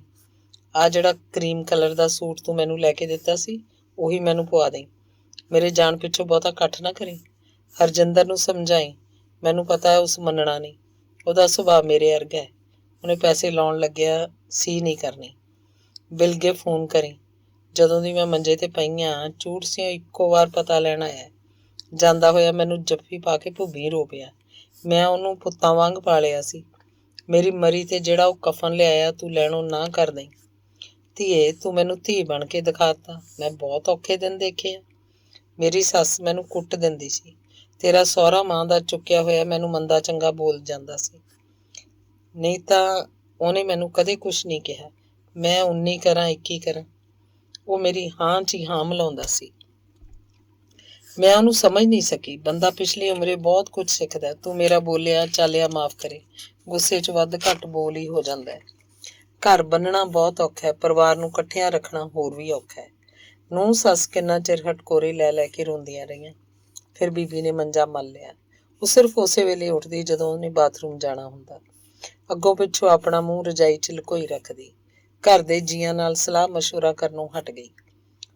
ਉਹਦੀ ਡਿੱਗਦੀ ਜਾਂਦੀ ਸਿਹਤ ਵੱਲ ਦੇਖ ਕੇ ਉਹਦਾ ਮੰਜਾ ਬਿਸਤਰਾ ਉੱਪਰ ਲੈ ਆਂਦਾ। ਇੱਕ ਦਿਨ ਚੰਡੀਗੜ੍ਹ ਤੋਂ ਆ ਰਿਹਾ ਸੀ ਕਿ ਮੈਨੂੰ ਤਰਸੇਮ ਦਾ ਫੋਨ ਆਇਆ। ਕਿੱਥੇ? ਘਰ ਦੇ ਨੇੜੇ ਹੀ ਆ। ਕੀ ਗੱਲ ਹੋ ਗਈ? ਬੀਬੀ ਠੀਕ ਆ? ਮੈਨੂੰ ਘਬਰਾਹਟ ਹੋ ਗਈ। ਬੀਬੀ ਤੈਨੂੰ ਸਵੇਰ ਦੀ ਯਾਦ ਕਰਦੀ ਹੈ। ਮੈਂ ਘਰੇ ਆਇਆ। ਬੀਬੀ ਨੇ ਮੇਰਾ ਸਿਰ ਆਪਣੀ ਹਿੱਕ ਨਾਲ ਲਾ ਲਿਆ। ਭਰੀ ਆਵਾਜ਼ 'ਚ ਕਿਹਾ, ਪੁੱਤ ਹੁਣ ਮੇਰੀਆਂ ਟੁੱਟਦੀਆਂ। ਮੈਂ ਕਿਹਾ, ਕੁਛ ਨਹੀਂ ਹੁੰਦਾ, ਦੱਸ ਤੂੰ ਕੀ ਖਾਣਾ? ਉਸ ਕਿੰਨਾ ਚਿਰ ਮੈਨੂੰ ਆਪਣੇ ਨਾਲ ਘੁੱਟੀ ਰੱਖਿਆ, ਹੁਬਕੀ ਰੋਂਦੀ ਰਹੀ। ਫਿਰ ਉਹਨੇ ਆਪਣਾ ਮੂੰਹ ਰਜਾਈ 'ਚ ਲੁਕੋ ਲਿਆ। ਕੁਝ ਨਾ ਬੋਲੀ। ਮੈਂ ਆਉਂਦਾ ਜਾਂਦਾ ਪੁੱਛਦਾ ਕਿ ਉਹਨੇ ਕੀ ਖਾਣਾ। ਤਰਸੇਮ ਵੀ ਜ਼ੋਰ ਦੇ ਕੇ ਕਹਿੰਦਾ ਕਿ ਉਹ ਆਹ ਖਾ ਲਵੇ, ਅਨਾਰਾਂ ਦਾ ਜੂਸ ਪੀ ਲਵੇ, ਲੀਚੀਆਂ ਦੇ ਜੂਸ ਦੇ 2 ਘੁੱਟ ਭਰ ਲਏ, ਪਰ ਉਹ ਅੱਗੋਂ ਸਿਰ ਫੇਰ ਦਿੰਦੀ। ਉਹ ਸਿਰਫ ਦਿਨ 'ਚ 2 ਵਾਰ ਅੱਧਾ ਕੁ ਕੱਪ ਦੁੱਧ ਦਾ ਪੀਂਦੀ। ਮੈਂ ਆਪਣੇ ਬੈੱਡ 'ਤੇ ਬੈਠਾ ਸਿੱਧਾ ਹੀ ਬਿਮਾਰ ਪਈ ਬੀਬੀ ਵੱਲ ਵੇਖਦਾ। ਮੇਰੇ ਮਨ 'ਚ ਖਿਆਲ ਆਉਂਦਾ ਕਿ ਉਹ ਇਸ ਵੇਲੇ ਕਿਸ ਬਾਰੇ ਸੋਚਦੀ ਹੋਏਗੀ। ਕੀ ਸੋਚਦੀ ਹੋਏਗੀ? ਉਹਨੂੰ ਇਸ ਗੱਲ ਦਾ ਅਹਿਸਾਸ ਹੋ ਗਿਆ ਸੀ ਕਿ ਉਹਦਾ ਅੰਤਿਮ ਸਮਾਂ ਨੇੜੇ ਆ ਗਿਆ ਸੀ। ਮਰਨ ਵੇਲੇ ਬੰਦਾ ਕੀ ਸੋਚਦਾ ਹੈ? ਉਹਦੇ ਮਨ 'ਤੇ ਕਿਹੜੇ ਵਿਚਾਰ ਭਾਰੂ ਹੁੰਦੇ ਹੈ? ਮੈਥੋਂ ਕਿਸੇ ਗੱਲ ਦਾ ਕੋਈ ਲੜ ਸਿਰਾ ਫੜਿਆ ਨਾ ਜਾਂਦਾ। ਮਨ 'ਚ ਇੱਕ ਵਿਚਾਰ ਆਉਂਦਾ ਕਿ ਉਹ ਮਰਨ ਤੋਂ ਪਹਿਲਾਂ ਆਪਣੀ ਮਾਂ ਦੀ ਜ਼ਾਤ ਬਾਰੇ ਦੱਸ ਜਾਏ। ਪਾਪਾ ਜੀ ਦੇ ਮਾਮੇ ਗੋਲੂ ਨੇ ਇੱਕ ਵਾਰ ਮੈਨੂੰ ਦੱਸਿਆ ਸੀ ਕਿ ਬੀਬੀ ਦੀ ਮਾਂ ਨੂੰ ਉਹਦਾ ਬਾਪੂ ਜੇਜੋਂ ਤੋਂ ਕੱਢ ਕੇ ਲਿਆਇਆ ਸੀ। ਉਹ ਜਾਤ ਦੀ ਸੁਨਿਆਰੀ ਨਹੀਂ ਸੀ, ਕਿਸੇ ਹੋਰ ਜਾਤ ਦੀ ਸੀ। ਮੈਂ ਬੀਬੀ ਨੂੰ ਬਥੇਰਾ ਕਿਹਾ ਉਹ ਨਾਨੀ ਦੀ ਜਾਤ ਦੱਸ ਦੇਵੇ, ਪਰ ਉਸ ਕਿਹਾ ਤੂੰ ਗਾਂ ਆਪਣੀ ਵਹੁਟੀ ਨੂੰ ਦੱਸ ਦੇਣਾ, ਉਹ ਤੈਨੂੰ ਮਿਹਣੇ ਮਾਰੂਗੀ। ਮੈਂ ਉਲਟਾ ਕੇ ਪੁੱਛਿਆ ਭਾਪੇ ਨੂੰ ਪਤਾ ਸੀ? ਉਸ ਦੱਸਿਆ ਹਾਂ, ਮੈਂ ਦੱਸਿਆ ਸੀ ਸਾਰੀ ਉਮਰ ਮੈਨੂੰ ਮਿਹਣੇ ਮਾਰਦਾ ਰਿਹਾ, ਉਹਨੇ ਮੇਰੇ ਨਾਲ ਚੰਗੀ ਨਹੀਂ ਕੀਤੀ। ਬੀਬੀ ਦੀ ਭਾਪੇ ਨਾਲ ਕਦੇ ਨਹੀਂ ਬਣੀ ਸੀ। ਇੱਕ ਦਿਨ ਮਿਸਿਸ ਨੇ ਦੱਸਿਆ ਬੀਬੀ ਹੁਣ ਪਾਪਾ ਜੀ ਨੂੰ ਬਹੁਤ ਯਾਦ ਕਰਦੀ ਹੈ। ਮੈਂ ਕਿਹਾ ਮੈਂ ਨਹੀਂ ਮੰਨਦਾ। ਮੈਂ ਆਪਣੀ ਅੱਖੀਂ ਦੇਖਿਆ, ਉਹਨੇ ਪਾਪਾ ਜੀ ਦੀ ਫੋਟੋ ਆਪਣੇ ਕੋਲ ਰਖਵਾ ਲਈ। ਹਾਂ, ਫੋਟੋ ਤਾਂ ਮੈਂ ਆਪ ਦੇਖੀ ਸੀ, ਤੂੰ ਪੁੱਛ ਕੇ ਦੇਖੀ ਤਾਂ? ਨਾ ਜੀ ਨਾ ਜੀ, ਮੈਂ ਘਰ 'ਚ ਰਹਿਣਾ, ਬੀਬੀ ਨੂੰ ਪੁੱਛਣਾ ਕਿਸੇ ਦੇ ਵੱਸ ਦੀ ਗੱਲ ਨਹੀਂ ਸੀ। ਪਾਪੇ ਦੇ ਜਿਉਂਦਿਆਂ ਜੀ ਬੀਬੀ ਪਾਪੇ ਨੂੰ ਨਫ਼ਰਤ ਕਰਦੀ, ਅੱਖਰਾਂ ਦੀ ਨਫ਼ਰਤ। ਉਸ ਪਾਪੇ ਦੀ ਹੋਂਦ ਨੂੰ ਨਾਂ ਦੇ ਬਰਾਬਰ ਲੈ ਆਉਂਦਾ। ਇੱਕ ਵਾਰ ਪਾਪਾ ਬਿਮਾਰ ਹੋ ਗਿਆ, ਬਹੁਤ ਹੀ ਜ਼ਿਆਦਾ ਕਮਜ਼ੋਰ ਹੋ ਗਿਆ। ਮਿਸਿਸ ਪਾਪੇ ਨੂੰ ਦੁੱਧ ਦੇਣ ਜਾਂਦੀ, ਬੀਬੀ ਮਿਸਿਸ ਕੋਲੋਂ ਦੁੱਧ ਵਾਲਾ ਗਲਾਸ ਖੋਹ ਲੈਂਦੀ, ਕਹਿੰਦੀ ਕਦੇ ਸੁੱਕੇ ਦਰਖਤ ਵੀ ਹਰੇ ਹੋਏ ਆ। ਇੰਨੀ ਨਫ਼ਰਤ। ਮੈਥੋਂ ਇਸ ਨਫ਼ਰਤ ਦਾ ਕੋਈ ਲੜ ਸਿਰਾ ਨਾ ਫੜਿਆ ਗਿਆ। ਲੋਕ ਪਾਪੇ ਦੀਆਂ ਵਡਿਆਈਆਂ ਕਰਦੇ, ਚਾਨਣ ਵਰਗਾ ਬੰਦਾ ਸਾਰੇ ਪਿੰਡ 'ਚ ਨਹੀਂ ਹੋਣਾ। ਉਹ ਕਿਸੇ ਕੋਲੋਂ ਖਾਧਾ ਨਹੀਂ ਖੁਆਇਆ, ਕਦੇ ਕਿਸੇ ਨੂੰ ਮੰਦਾ ਨਹੀਂ ਬੋਲਿਆ, ਉੱਚੀ ਆਵਾਜ਼ 'ਚ ਗੱਲ ਨਹੀਂ ਕੀਤੀ। ਆ ਪ੍ਰਸੰਨੀ ਪਤਾ ਨਹੀਂ ਕਿਉਂ ਉਹਦੀ ਦੁਰਦਸ਼ਾ ਕਰ ਰਹੀ ਹੈ। ਇੰਨੀ ਧਰਮੀ ਕਰਮੀ ਜਨਾਨੀ, ਉਹਨੂੰ ਏਦਾਂ ਨਹੀਂ ਕਰਨਾ ਚਾਹੀਦਾ। ਬੀਬੀ ਦੀ ਕਿਸੇ ਨਿੱਕੀ ਜਿਹੀ ਗੱਲ ਦਾ ਵਿਰੋਧ ਹੁੰਦਾ ਜਾਂ ਕੋਈ ਉਹਦਾ ਕਿਹਾ ਨਾ ਮੰਨਦਾ ਜਾਂ ਉਹਦੀ ਨਾ ਚੱਲਦੀ ਤਾਂ ਉਹ ਹਟਕੋਰੇ ਭਰਨ ਲੱਗ ਜਾਂਦੀ। ਮੈਂ ਚੱਲੀ ਹਾਂ ਆਪਣੇ ਘਰੇ, ਜੇ ਮੁੜ ਕੇ ਤੁਹਾਡੇ ਘਰ 'ਚ ਪੈਰ ਵੀ ਪਾਇਆ ਤਾਂ ਬਿਲਗੇ ਵਾਲੇ ਕਿਰਪੇ ਦੀ ਧੀ ਨਹੀਂ, ਕਿਸੇੜੇ ਦੀ ਧੀ ਹੋਊਂਗੀ। ਮੈਂ ਤੁਹਾਡੇ ਲਈ ਤੁਹਾਡੇ ਪਿਓ ਦੀਆਂ ਜੁੱਤੀਆਂ ਖਾਧੀਆਂ, ਸ਼ਰੀਕਾਂ ਦੇ ਮਿਹਣੇ ਕੁਮਹਿਣੇ ਸਹੇ। ਮੇਰੀ ਥਾਂ ਤੇ ਕੋਈ ਹੋਰ ਹੁੰਦੀ ਤਾਂ ਕਦੋਂ ਦਾ ਹੋਰ ਖਸਮ ਕਰ ਲੈਂਦੀ। ਤੁਹਾਡੇ ਕੰਜਰ ਪਿਓ ਤੋਂ ਤੰਗ ਆ ਕੇ ਮੇਰਾ ਬਾਪੂ ਮੈਨੂੰ ਕਿਤੇ ਹੋਰ ਬਿਠਾਉਣ ਲੱਗਾ ਸੀ। ਉਸ ਪੱਕੀ ਠੱਕੀ ਕਰ ਲਈ ਸੀ। ਮੈਂ ਵੱਡੇ ਤੜਕੇ ਉੱਥੋਂ ਦੌੜ ਆਈ, ਲੱਦੜਾ ਆ ਕੇ ਸਾਹ ਲਿਆ। ਬੁੜੀਆਂ ਮੈਨੂੰ ਸਮਝੌਤੀਆਂ ਦਿੰਦੀਆਂ, ਲੈ ਤੂੰ ਕਿਉਂ ਮਨ ਛੋਟਾ ਕਰਦੀ ਹੈ? ਵਾਹਿਗੁਰੂ ਨੇ ਤੈਨੂੰ ਸੋਨੇ ਵਰਗੇ ਦੋ ਲਾਲ ਦਿੱਤੇ, ਵੱਡੇ ਹੋ ਕੇ ਤੇਰਾ ਨਰਕ ਕੱਢ ਦੇਣਗੇ। ਤੂੰ ਇਹਨਾਂ ਦੇ ਆਸਰੇ ਆਪਣੇ ਦਿਨ ਲੰਘਾ। ਕੱਲ ਕਿਹਨੇ ਦੇਖਿਆ, ਦਿਨ ਫਿਰਦਿਆਂ ਬਹੁਤਾ ਸਮਾਂ ਨਹੀਂ ਲੱਗਦਾ ਹੁੰਦਾ। ਸੋਚਿਆ ਸੀ ਵੱਡੇ ਹੋ ਕੇ ਤੁਸੀਂ ਸੁੱਖ ਦਿਓਗੇ, ਪਰ ਮੈਨੂੰ ਇਸ ਗੱਲ ਦਾ ਪਤਾ ਨਹੀਂ ਸੀ ਕਿ ਤੁਸੀਂ ਆਪਣੀਆਂ ਰੰਨਾਂ ਹੱਥੋਂ ਮੇਰੇ ਆਹ ਹਾਲ ਕਰਾਉਣੇ। ਮੈਂ ਤਾਂ ਇਸ ਘਰ ਨੂੰ ਬੰਨਣ ਲਈ ਆਪਣੇ ਦੀਦੇ ਗਾਲ ਦਿੱਤੇ। ਤਰਸੇਮ ਉਹਨੂੰ ਜੱਫੀ ਪਾ ਲੈਂਦਾ, ਕਹਿੰਦਾ ਬੀਬੀ ਸੁਣ, ਮੇਰੀ ਗੱਲ ਮੰਨ, ਤੂੰ ਕੀ ਲੈਣਾ? ਕਰਨ ਦੇ ਜਿਹੜਾ ਜੋ ਕਰਦਾ। ਉਹ ਅੱਗੋਂ ਹੋਰ ਹਿਰਖ ਨਾਲ ਭਰ ਜਾਂਦੀ, ਫੇਰ ਤਾਂ ਮੈਂ ਇਹਨਾਂ ਲਈ ਕੁੱਤੀ ਹੋ ਨਿਬੜੀ। ਘਰ 'ਚ ਰੱਖੇ ਹੋਏ ਕੁੱਤੇ ਨੂੰ ਵੀ ਅਗਲਾ ਮੋਹ ਕਰਦਾ ਹੈ, ਪਿਆਰ ਦਿੰਦਾ ਹੈ। ਇਹਨਾਂ ਦਾ ਜੀ ਕਰੇ ਮੈਨੂੰ ਰੋਟੀ ਦੇ ਦੇਣ, ਨਾ ਕਰੇ ਤਾਂ ਭਾਵੇਂ ਸਾਰਾ ਦਿਨ ਨਾ ਪੁੱਛਣ। ਉਹ ਕਹਿੰਦਾ ਇਹ ਕਿਹੜੀ ਖਾਸ ਗੱਲ ਹੈ, ਤੂੰ ਆਪ ਮੰਗ ਲਿਆ ਕਰ। ਉਹ ਉੱਠ ਕੇ ਖੜ ਜਾਂਦੀ, ਹੁਣ ਮੈਂ ਰੋਟੀ ਵੀ ਇਹਨਾਂ ਤੋਂ ਮੰਗਾਂ? ਮੈਥੋਂ ਨਹੀਂ ਆ ਹੋਣਾ। ਜੇ ਰੋਟੀ ਮੰਗ ਕੇ ਖਾਣੀ ਆ ਤਾਂ ਕਿਸੇ ਦੇ ਘਰ ਜਮਾਦਾਰ ਨਹੀਂ ਲੱਗ ਕੇ ਖਾ ਲੂੰ, ਕਿਸੇ ਦੇ ਭਾਂਡੇ ਮਾਂਜ ਲੂੰ, ਇਹਨਾਂ ਰੰਨਾਂ ਅੱਗੇ ਹੱਥ ਨਹੀਂ ਅੱਡਣਾ। ਮੈਂ ਵੀ ਬਿਲਗੇ ਵਾਲੇ ਕਿਰਪੇ ਦੀ ਧੀ ਆ, ਇਹਨਾਂ ਮੇਰੇ ਕੀਤੇ ਦਾ ਮੁੱਲ ਨਹੀਂ ਪਾਇਆ। ਮੇਰੀ ਜਾਣਦੀ ਹੈ ਜੁੱਤੀ, ਮੈਂ ਨਹੀਂ ਇੱਥੇ ਰਹਿਣਾ। ਇਹ ਘਰ ਇਹਨਾਂ ਦਾ, ਇਹਨਾਂ ਦੇ ਖਸਮਾਂ ਦਾ। ਮੈਂ ਆਪਣਾ ਕਫਨ ਬਣਾ ਰੱਖਿਆ, ਆਪੇ ਪਿੰਡ ਵਾਲੇ ਫੂਕ ਦੇਣਗੇ। ਖਬਰਦਾਰ ਜੇ ਮੇਰੀ ਸੀੜੀ ਨੂੰ ਕਿਸੇ ਹੱਥ ਲਾਇਆ, ਮੈਂ ਕੁੜੀਆਂ ਨੂੰ ਕਹਿ ਜਾਣਾ ਕਿ ਮੇਰੀ ਮਰੀ ਤੋਂ ਬਾਅਦ ਇਹਨਾਂ ਨੂੰ ਦਰੀ ਵਿਛਾਉਣ ਨਾ ਦੇਣ। ਮੈਂ ਉਹਨੂੰ ਫੜ ਕੇ ਬਿਠਾ ਦਿੰਦਾ, ਸਮਝਾਉਂਦਾ ਤੂੰ ਆਰਾਮ ਨਾਲ ਬੈਠ ਜਾ, ਕਿੱਥੇ ਜਾਣਾ? ਜਾਣਾ ਠੱਠੇ ਖੂਹ 'ਚ। ਪਿੰਡ 'ਚ ਮੇਰਾ ਆਪਣਾ ਛੱਤਿਆ ਮਕਾਨ ਆ, ਉੱਥੇ ਰਹੂੰ। ਜੇ ਮੇਰੀ ਕਿਸੇ ਨੇ ਮੰਨਣੀ ਨਹੀਂ, ਸੁਣਨੀ ਨਹੀਂ, ਫਿਰ ਆਪਣਾ ਘਰ ਚੰਗਾ। ਮੈਂ ਰੁੱਖੀ ਖਾਵਾਂ ਸੁੱਕੀ ਖਾਵਾਂ, ਤੁਹਾਨੂੰ ਮੇਰੇ ਨਾਲ ਕੀ? ਤੁਹਾਡਾ ਆਪਣਾ ਮਾਂ ਬਿਨਾਂ ਸਰ ਜਾਊ, ਆਪਣੀਆਂ ਰੰਨਾਂ ਬਿਨਾਂ ਨਹੀਂ। ਇਹਨਾਂ ਨੂੰ ਮਹੀਨਾ ਕੁ ਛੱਡ ਕੇ ਦਿਖਾਓ ਤਾਂ। ਉਹ ਕੌੜ ਅੱਖ ਨਾਲ ਵਿਹੜੇ ਵੱਲ ਝਾਕਦੀ, ਮੈਂ ਉਹਦੀਆਂ ਲੱਤਾਂ ਘੁੱਟਣ ਲੱਗ ਪੈਂਦਾ। ਤਰਸੇਮ ਬਾਹਾਂ, ਉਹ ਥੋੜ੍ਹੀ ਕੁ ਨਰਮ ਪੈ ਜਾਂਦੀ। ਉਹਨੂੰ ਪੁੱਛਦਾ ਮਾਤਾ ਸ੍ਰੀ ਕੱਲ ਨੂੰ ਤੇਰੇ ਲਈ ਕੀ ਖਾਣ ਲਈ ਲਿਆਵਾਂ? ਉਹ ਫਿਰ ਸ਼ੁਰੂ ਹੋ ਜਾਂਦੀ, ਜੇ ਤੁਹਾਡੇ ਪਿਓ ਕੰਜਰ ਵਾਂਗੂ ਮੇਰੀ ਜੀਭ ਖਾਣ ਨੂੰ ਮੂਤਦੀ ਹੁੰਦੀ ਤਾਂ ਤੁਸੀਂ ਆਹ ਮਕਾਨ ਨਾ ਛੱਤ ਲੈਂਦੇ। ਆਪਣਾ ਢਿੱਡ ਬੰਨ ਕੇ ਤੁਹਾਨੂੰ ਉਡਾਰੂ ਕੀਤਾ। ਤਰਸੇਮ ਕਹਿੰਦਾ ਅਸੀਂ ਤੇਰੇ ਪੁੱਛੇ ਬਿਨਾਂ ਕਦੇ ਕੋਈ ਕੰਮ ਕੀਤਾ ਤਾਂ ਦੱਸ। ਇੰਨੀ ਗੱਲ ਨਾਲ ਹੀ ਉਹ ਢੈਲੀ ਪੈਣ ਲੱਗਦੀ, ਉਹਨੂੰ ਜੱਫੀ ਪਾ ਲੈਂਦੀ। ਮੈਂ ਕਹਿੰਦਾ ਘਰ 'ਚ ਕਿਸ ਚੀਜ਼ ਦਾ ਘੱਟ ਹੈ, ਘਰ 'ਚ ਹੁਣ ਕੀ ਨਹੀਂ। ਤੂੰ ਵੱਡੀ ਕਾਰ ਚਾਹੁੰਦੀ ਹੈ, ਉਹ ਵੀ ਕਿਸੇ ਦਿਨ ਲਿਆ ਖੜੀ ਕਰਨੀ ਹੈ। ਹੁਣ ਘਰ 'ਚ ਤੇਰੀਆਂ ਪੋਤ ਨੂੰਹਾਂ ਆ ਗਈਆਂ, ਤੇਰੀ ਜ਼ਿੰਮੇਵਾਰੀ ਖਤਮ। ਤੂੰ ਸਾਰਿਆਂ ਵੱਲ ਜਾਇਆ ਆਇਆ ਕਰ। ਮਹਾਤਮਾ ਬੁੱਧ ਕਹਿੰਦਾ ਇਹ ਸੰਸਾਰ ਦੁੱਖਾਂ ਦਾ ਘਰ ਆ। ਦੁੱਖਾਂ ਦੇ ਪੈਦਾ ਹੋਣ ਦਾ ਕਾਰਨ ਸਾਡੀਆਂ ਇੱਛਾਵਾਂ ਹੈ, ਤ੍ਰਿਸ਼ਨਾਵਾਂ ਹੈ। ਇਹਨਾਂ ਨੂੰ ਤਿਆਗ ਦਿਓ, ਫਿਰ ਸੁੱਖ ਹੀ ਸੁੱਖ ਹੈ। ਬੰਦੇ ਨੂੰ ਇਸ ਤਰੀਕੇ ਨਾਲ ਜਿਉਣਾ ਚਾਹੀਦਾ ਹੈ ਜਿਸ ਨਾਲ ਨਾ ਤਾਂ ਕਿਸੇ ਦੂਸਰੇ ਨੂੰ ਕੋਈ ਠੇਸ ਪਹੁੰਚੇ ਤੇ ਨਾ ਹੀ ਆਪਣੇ ਆਪ ਨੂੰ। ਤੂੰ 2 ਵੇਲੇ ਗੁਰਦੁਆਰੇ ਜਾਇਆ ਕਰ, ਸੇਵਾ ਕਰਿਆ ਕਰ। ਉਹ ਫਿਰ ਕਲਪ ਉੱਠਦੀ, ਤੂੰ ਮੈਨੂੰ ਮੱਤਾਂ ਦਿੰਦਾ ਹੈ। ਲੋਕ ਮੈਥੋਂ ਆ ਕੇ ਸਲਾਹਾਂ ਪੁੱਛਦੇ ਆ। ਤੁਸੀਂ ਮੈਨੂੰ ਜਿਉਂਦਿਆਂ ਜੀ ਮਾਰ ਦਿੱਤਾ। ਮੈਨੂੰ ਵੀ ਪਤਾ ਸੀ ਕਿ ਤੁਸੀਂ ਮੇਰੇ ਨਾਲ ਏਦਾਂ ਕਰੋਗੇ। ਮੈਂ ਕਦੇ ਸੋਚਿਆ ਵੀ ਨਹੀਂ ਸੀ ਕਿ ਮੈਨੂੰ ਆਹ ਦਿਨ ਵੀ ਦੇਖਣੇ ਪੈ ਜਾਣਗੇ। ਮੇਰੀ ਸੱਚੀ ਕਹੀ ਹੋਈ ਗੱਲ ਸਾਰੇ ਟੱਬਰ ਨੂੰ ਪੁੱਠੀ ਲੱਗਦੀ। ਹੋਰ ਤਾਂ ਹੋਰ ਨਿਆਣੇ ਨਹੀਂ ਮਾਣ। ਇੱਕ ਦਿਨ ਉਸ ਮੈਥੋਂ ਕਿਸੇ ਕੰਮ ਲਈ 500 ਰੁਪਈਆ ਮੰਗਿਆ। ਮੈਂ ਮਿਸਿਜ਼ ਨੂੰ ਜੇਬ ਚੋਂ ਕੱਢ ਕੇ ਦੇਣ ਨੂੰ ਕਿਹਾ। ਮਿਸਿਜ਼ ਨੇ ਉਹਨੂੰ 500 ਦਾ ਨੋਟ ਫੜਾਇਆ। ਉਸ ਨੋਟ ਚੁੱਕ ਕੇ ਪਰਾਂ ਮਾਰਿਆ। ਉੱਚੀ ਉੱਚੀ ਰੋਣ ਲੱਗ ਪਈ। ਆ ਤੂੰ ਆਪਣੀ ਰੰਨ ਨੂੰ ਪੈਸੇ ਕੱਢਣ ਨੂੰ ਕਹਿਤਾ, ਮੈਨੂੰ ਨਹੀਂ ਕਹਿ ਸਕਦਾ ਸੀ? ਮੈਂ ਕੋਈ ਚੋਰ ਨਹੀਂ ਆ। ਮੈਂ ਤੇਰੇ ਪੈਸਿਆਂ ਤੇ ਥੁੱਕਦੀ ਨਹੀਂ। ਮੈਂ ਦਫ਼ਤਰੋਂ ਆ ਕੇ ਉਸ ਕੋਲ ਅੱਧਾ ਘੰਟਾ ਬੈਠਦਾ। ਉਹ ਇਤਿਹਾਸ ਦੇ ਪੰਨੇ ਫਰੋਲਦੀ। ਮੇਰਾ ਬਾਪੂ ਅੱਖਰਾਂ ਦਾ ਕੁਪੱਤਾ ਸੀ। ਮੈਨੂੰ ਸਕੂਲੇ ਕਿਸ ਜਾਣ ਦੇਣਾ ਸੀ? ਸਕੂਲ ਉਦੋਂ ਹੁੰਦੇ ਵੀ ਕਿੱਥੇ ਸੀ।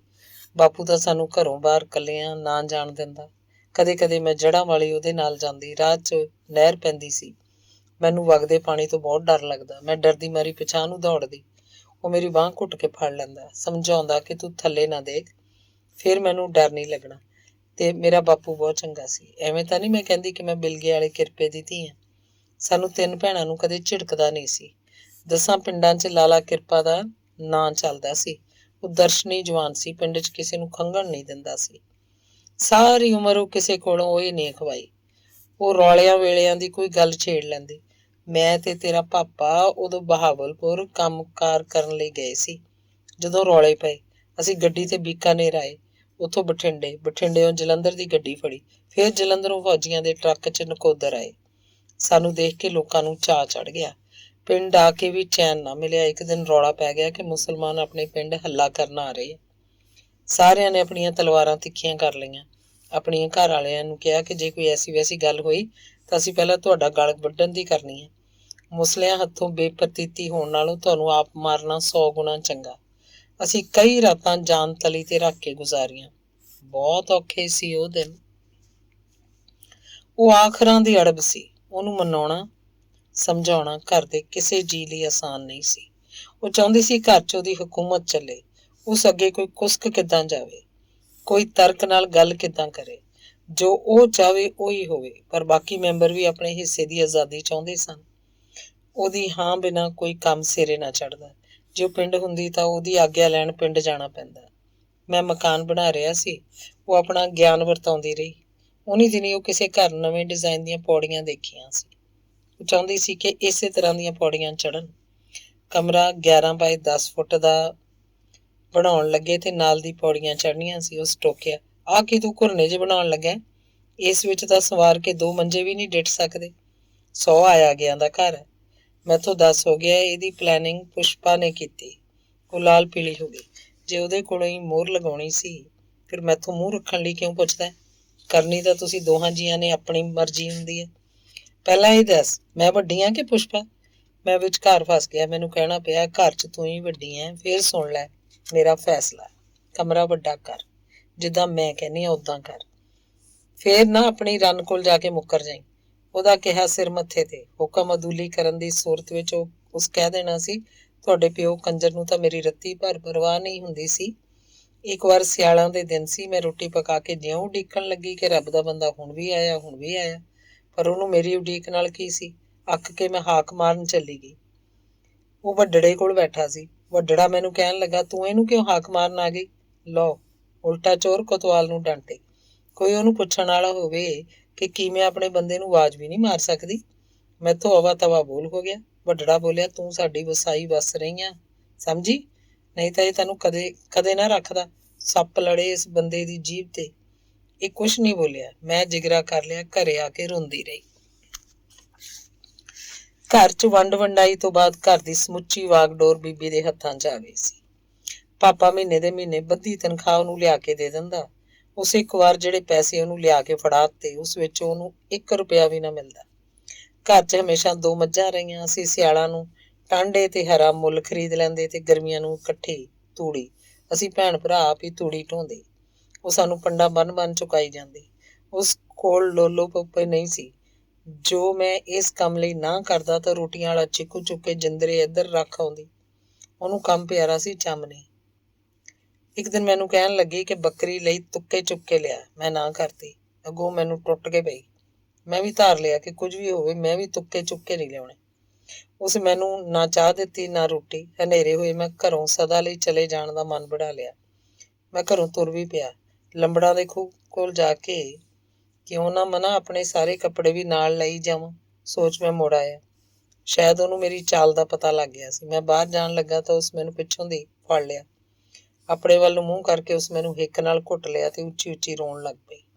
ਪੁੱਤ, ਮੈਂ ਤਾਂ ਆਪਣੇ ਕਰਮਾਂ ਨੂੰ ਰੋਂਦੀ ਹਾਂ। ਮੈਂ ਕਿਹੜਾ ਨਹੀਂ ਚਾਹੁੰਦੀ ਕਿ ਮੇਰੇ ਨਿਆਣੇ ਸੋਹਣੇ ਸੋਹਣੇ ਕੱਪੜੇ ਪਾਉਣ, ਚੰਗਾ ਖਾਣ ਪੀਣ। ਇਹਨਾਂ ਨੂੰ ਲੋਕਾਂ ਦੇ ਖੱਤਿਆਂ 'ਚ ਨਾ ਰੋਲਣਾ ਪਵੇ। ਮੈਂ ਵੀ ਕੀ ਕਰਾਂ? ਤੇਰੇ ਕੋਲੋਂ ਇੰਨੀ ਤੰਗੀ ਨਹੀਂ ਝੱਲੀ ਗਈ। ਕੋਈ ਮੈਥੋਂ ਪੁੱਛ ਕੇ ਦੇਖੇ, ਜਿਸ ਅੱਧਿਓਂ ਜ਼ਿਆਦਾ ਉਮਰ ਇਹਨਾਂ ਤੰਗੀਆਂ 'ਚ ਹੀ ਲੰਘਾਤੀ। ਤੂੰ ਉਦੋਂ 5 ਦਿਨਾਂ ਦਾ ਸੀ। ਘਰ 'ਚ ਰਾਤ ਦੀ ਰੋਟੀ ਲਈ ਆਟੇ ਦੀ ਚੁਟਕੀ ਵੀ ਨਹੀਂ ਸੀ। ਤੇਰਾ ਪਿਓ ਪਤਾ ਨਹੀਂ ਕਿੱਧਰ ਉੱਜੜਿਆ ਹੋਇਆ ਸੀ। ਮੈਂ ਉਹ ਵੇਲੇ ਵੀ ਗੁਜ਼ਾਰ ਲਏ। ਮੈਂ ਨਹੀਂ ਚਾਹੁੰਦੀ ਕਿ ਮੇਰੇ ਬੱਚੇ ਕਿਸੇ ਗੱਲੋਂ ਤੰਗ ਰਹਿਣ। ਪਰ ਜਿੰਨੇ ਪੈਸੇ ਤੇਰਾ ਪਿਓ ਦਿੰਦਾ ਉਸ ਨਾਲ ਘਰ ਕਿੱਦਾਂ ਚੱਲੇ? ਮੈਂ ਘਰ 'ਚ ਸਾਰਿਆਂ ਨਾਲੋਂ ਪਹਿਲਾਂ ਉੱਠਦੀ ਹਾਂ। ਸਭ ਤੋਂ ਮਗਰੋਂ ਮੰਜਾ ਨਸੀਬ ਹੁੰਦਾ ਹੈ। ਮੈਂ ਲੋੜ ਨਾਲੋਂ ਜ਼ਿਆਦਾ ਸਰੀਰ ਤੋਂ ਕੰਮ ਲਿਆ। ਕੋਈ ਮੇਰਾ ਦੁੱਖ ਪੁੱਛਣ ਵਾਲਾ ਵੀ ਹੋਵੇ, ਮੈਨੂੰ ਸਾਰਿਆਂ ਪਾਸਿਆਂ ਦਾ ਸੋਚਣਾ ਪੈਂਦਾ। ਆਹ ਦੇਖ ਮੇਰੇ ਸਿਰ ਦੇ ਵਾਲ। ਮੈਂ ਤਾਂ ਉਮਰ ਤੋਂ ਪਹਿਲਾਂ ਹੀ ਬੁੱਢੀ ਹੋ ਗਈ। ਮੇਰੇ ਨਾਲ ਦੀਆਂ ਘੋੜੇ ਵਰਗੀਆਂ। ਉਸ ਘਰ ਦੀ ਲੀਹੋਂ ਲੱਥੀ ਗੱਡੀ ਜਿੱਦਾਂ ਕਿੱਦਾਂ ਚਲਾਈ ਰੱਖੀ ਸੀ। ਪਿੰਡੋਂ 5 ਮੀਲ ਦੂਰ ਪੈਂਦੇ ਸ਼ਹਿਰ ਨਕੋਦਰ ਪੈਦਲ ਜਾ ਕੇ ਮੁਖਤਿਆਰੇ ਦੀ ਦੁਕਾਨੋਂ ਕਾਲੇ ਸੂਤ ਦੀ ਪੰਡ ਚੁੱਕੀ ਆਉਂਦੀ। ਗਿਆਨੋ ਤੇ ਬਖਸ਼ੋ ਨੂੰ ਨਾਲ ਲਾ ਕੇ ਹਫ਼ਤੇ ਬਾਅਦ ਕੱਤ ਕੇ ਉੱਦੇ ਆਉਂਦੀ, ਹੋਰ ਲੈ ਆਉਂਦੀ। ਦੋਹਾਂ ਮੱਝਾਂ ਦਾ ਗੋਹਾ ਕੂੜਾ ਕਰਦੀ। ਤੜਕੇ ਉੱਠ ਕੇ ਦੁੱਧ ਰਿੜਕਦੀ।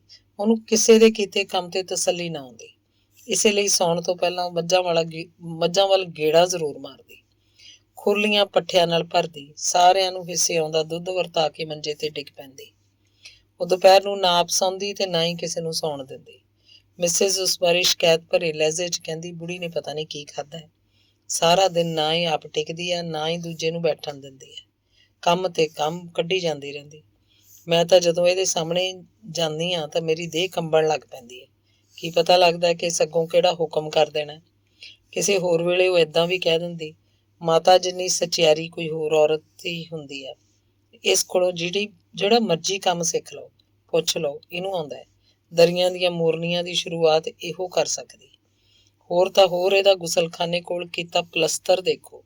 ਇਹਨੂੰ ਸਾਰਾ ਪਤਾ ਹੁੰਦਾ ਕਿਹੜੇ ਜੀਅ ਨੂੰ ਕਿਹੜੇ ਵੇਲੇ ਕਿਹੜੀ ਚੀਜ਼ ਦੀ ਜ਼ਰੂਰਤ ਹੁੰਦੀ ਹੈ। ਰਸੋਈ 'ਚ ਸਾਰੇ ਡੱਬੇ ਭਰੇ ਰਹਿੰਦੇ।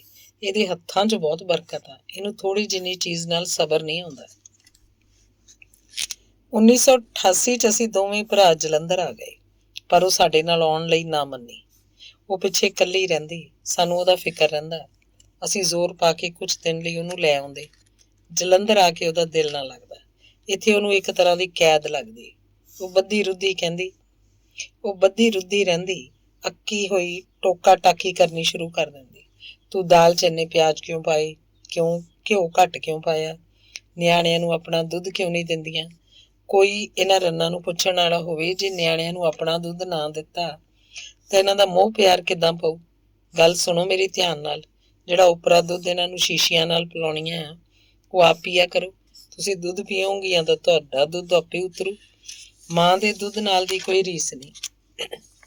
ਸਾਰਾ ਜ਼ੋਰ ਕੱਪੜੇ ਖਰੀਦਣ ਤੇ ਲਾਈ ਜਾਂਦੀਆਂ ਹੈ, ਪਰ ਮੇਰੀ ਕੋਈ ਸੁਣੇ ਤਾਂ ਉਹ ਪੱਖੀ ਲੈ ਕੇ ਗਲੀ 'ਚ ਬੈਠ ਜਾਂਦੀ। ਮੈਂ ਕਿ ਤੁਹਾਡੀ ਕਹਿਦਣ? ਮੈਥੋਂ ਨਹੀਂ ਸਾਰਾ ਦਿਨ ਪੱਖੇ ਥੱਲੇ ਬੈਠਿਆ ਜਾਂਦਾ। ਉਹ ਹਫ਼ਤਾ ਕੁ ਰਹਿੰਦੀ, ਫਿਰ ਗੁੱਸੇ 'ਚ ਭਰੀ ਪੀਤੀ ਪਿੰਡ ਵਾਲੀ ਬੱਸ ਜਾ ਚੜ੍ਹਦੀ। ਮੈਥੋਂ ਨਹੀਂ ਦੇਖੀਆਂ ਜਾਂਦੀਆਂ ਤੁਹਾਡੀਆਂ ਫੈਲਸੂਫੀਆਂ। ਨਾ ਮੈਂ ਸਾਰੀ ਉਮਰ ਅਜਿਹੇ ਕੰਮ ਕੀਤੇ ਆ ਤੇ ਨਾ ਹੀ ਕੀਤੇ ਜਾਂਦੇ ਮੈਥੋਂ ਦੇਖੇ ਜਾਂਦੇ।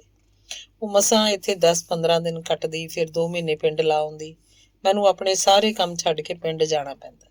ਮੈਂ ਸ਼ਨੀਵਾਰ ਪਿੰਡ ਜਾਂਦਾ, ਐਤਵਾਰ ਰਹਿੰਦਾ ਤੇ ਸੋਮਵਾਰ ਸਵੇਰ ਦੀ ਬੱਸ ਫੜ ਕੇ ਡਿਊਟੀ ਤੇ ਆ ਹਾਜ਼ਰ ਹੁੰਦਾ। ਪਿੰਡ 'ਚ ਰਹਿੰਦਿਆਂ ਵੀ ਉਹਨੂੰ ਜਲੰਧਰ ਦੀ ਇੱਕ ਗੱਲ ਦਾ ਪਤਾ ਹੁੰਦਾ। ਉਹ ਹਰੇਕ ਜੀਅ ਬਾਰੇ ਸੂਹ ਰੱਖਦੀ। ਮੈਂ ਜਾਂਦਾ ਤਾਂ ਮੈਥੋਂ ਸਾਰਾ ਸੱਚ ਉਗਲਾ ਲੈਂਦੀ। ਤਰਸੇਮ ਨਾਲ ਵੀ ਏਦਾਂ ਹੁੰਦਾ। ਅੱਗੋਂ ਪਿੱਛੋਂ ਫੋਨ ਕਰ ਲੈਂਦੀ। ਮੈਨੂੰ ਉਲਟਾ ਕੇ ਪੁੱਛਦੀ, ਆ ਪੁਸ਼ਪਾ ਨੂੰ ਕਿੰਨੇ ਵਾਲਾ ਸੂਟ ਲੈ ਕੇ ਦਿੱਤਾ? ਉਹ ਵੱਡੜੀ ਵੰਗਾਂ ਕਿੱਥੋਂ ਬਣਾ ਕੇ ਲਿਆਈ? ਜੋਤੀ ਬਾੜੀਆ ਕਿੰਨੇ ਦਿਨ ਰਹਿ ਕੇ ਆਈ? ਉਹਨੂੰ ਪੁੱਛੀ ਕਿ ਉਹਨੂੰ ਚੌਥੇ ਦਿਨ ਪੇਕਿਆਂ ਦੇ ਜਾਣ ਦਾ ਤਾਂ ਸ਼ੌਕ ਉੱਠ ਖੜਦਾ ਹੈ। ਕਦੇ ਮਨ ਨਹੀਂ ਕੀਤਾ ਮੇਰੀ ਰਾਜੀ ਬਾਜੀ ਵੀ ਪੁੱਛ ਲਵੇ। ਇਹ ਪੋਤ ਨੂੰ ਨੂੰਹਾਂ ਵੀ ਪੂਰੀਆਂ ਕੁੱਤੀਆਂ ਹੁੰਦੀਆਂ। ਹਾਂ ਦੱਸ ਫਿਰ, ਤੂੰ ਕੋਈ ਗੱਲ ਦੱਸੀ ਨਹੀਂ। ਮੈਂ ਘੇਸੜ ਮਾਰ ਜਾਂਦਾ, ਉਹ ਮੂੰਹ ਵੱਟ ਲੈਂਦੀ, ਚਾਹ ਬਣਾ ਕੇ ਦੇ ਜਾਂਦੀ। ਮੈਂ ਕੋਈ ਗੱਲ ਪੁੱਛਦਾ ਤਾਂ ਅੱਗੋਂ ਹੂੰ ਹਾਂ ਕਹਿ ਕੇ ਚੁੱਪ ਰਹਿੰਦੀ। ਸਿਆਲਾਂ ਨੂੰ ਉਹ ਸਾਡੇ ਲਈ ਜੁੱਟ ਜ਼ਰੂਰ ਰਲਾਉਂਦੀ, ਬਣਾਉਂਦੀ ਤੇ ਸਮਝਾਉਂਦੀ। ਮੈਂ ਤੇਰੇ ਲਈ 2 ਕਿਲੋ ਘਿਓ ਰਲਾ ਕੇ ਰੱਖਿਆ। ਮੈਨੂੰ ਪਤਾ ਤੈਨੂੰ ਨਜ਼ਲਾ ਜ਼ੁਕਾਮ ਛੇਤੀ ਹੋ ਜਾਂਦਾ। ਮੈਂ ਤੈਨੂੰ ਕਿੰਨੀ ਵਾਰ ਕਿਹਾ ਵੀ ਚਾਹ ਘੱਟ ਪੀਆ ਕਰ। ਤੇਰਾ ਜੁੱਸਾ ਮੇਰੇ ਤੇ ਗਿਆ। ਮੈਨੂੰ ਗਰਮ ਚੀਜ਼ਾਂ ਘੱਟ ਪਚਦੀਆਂ।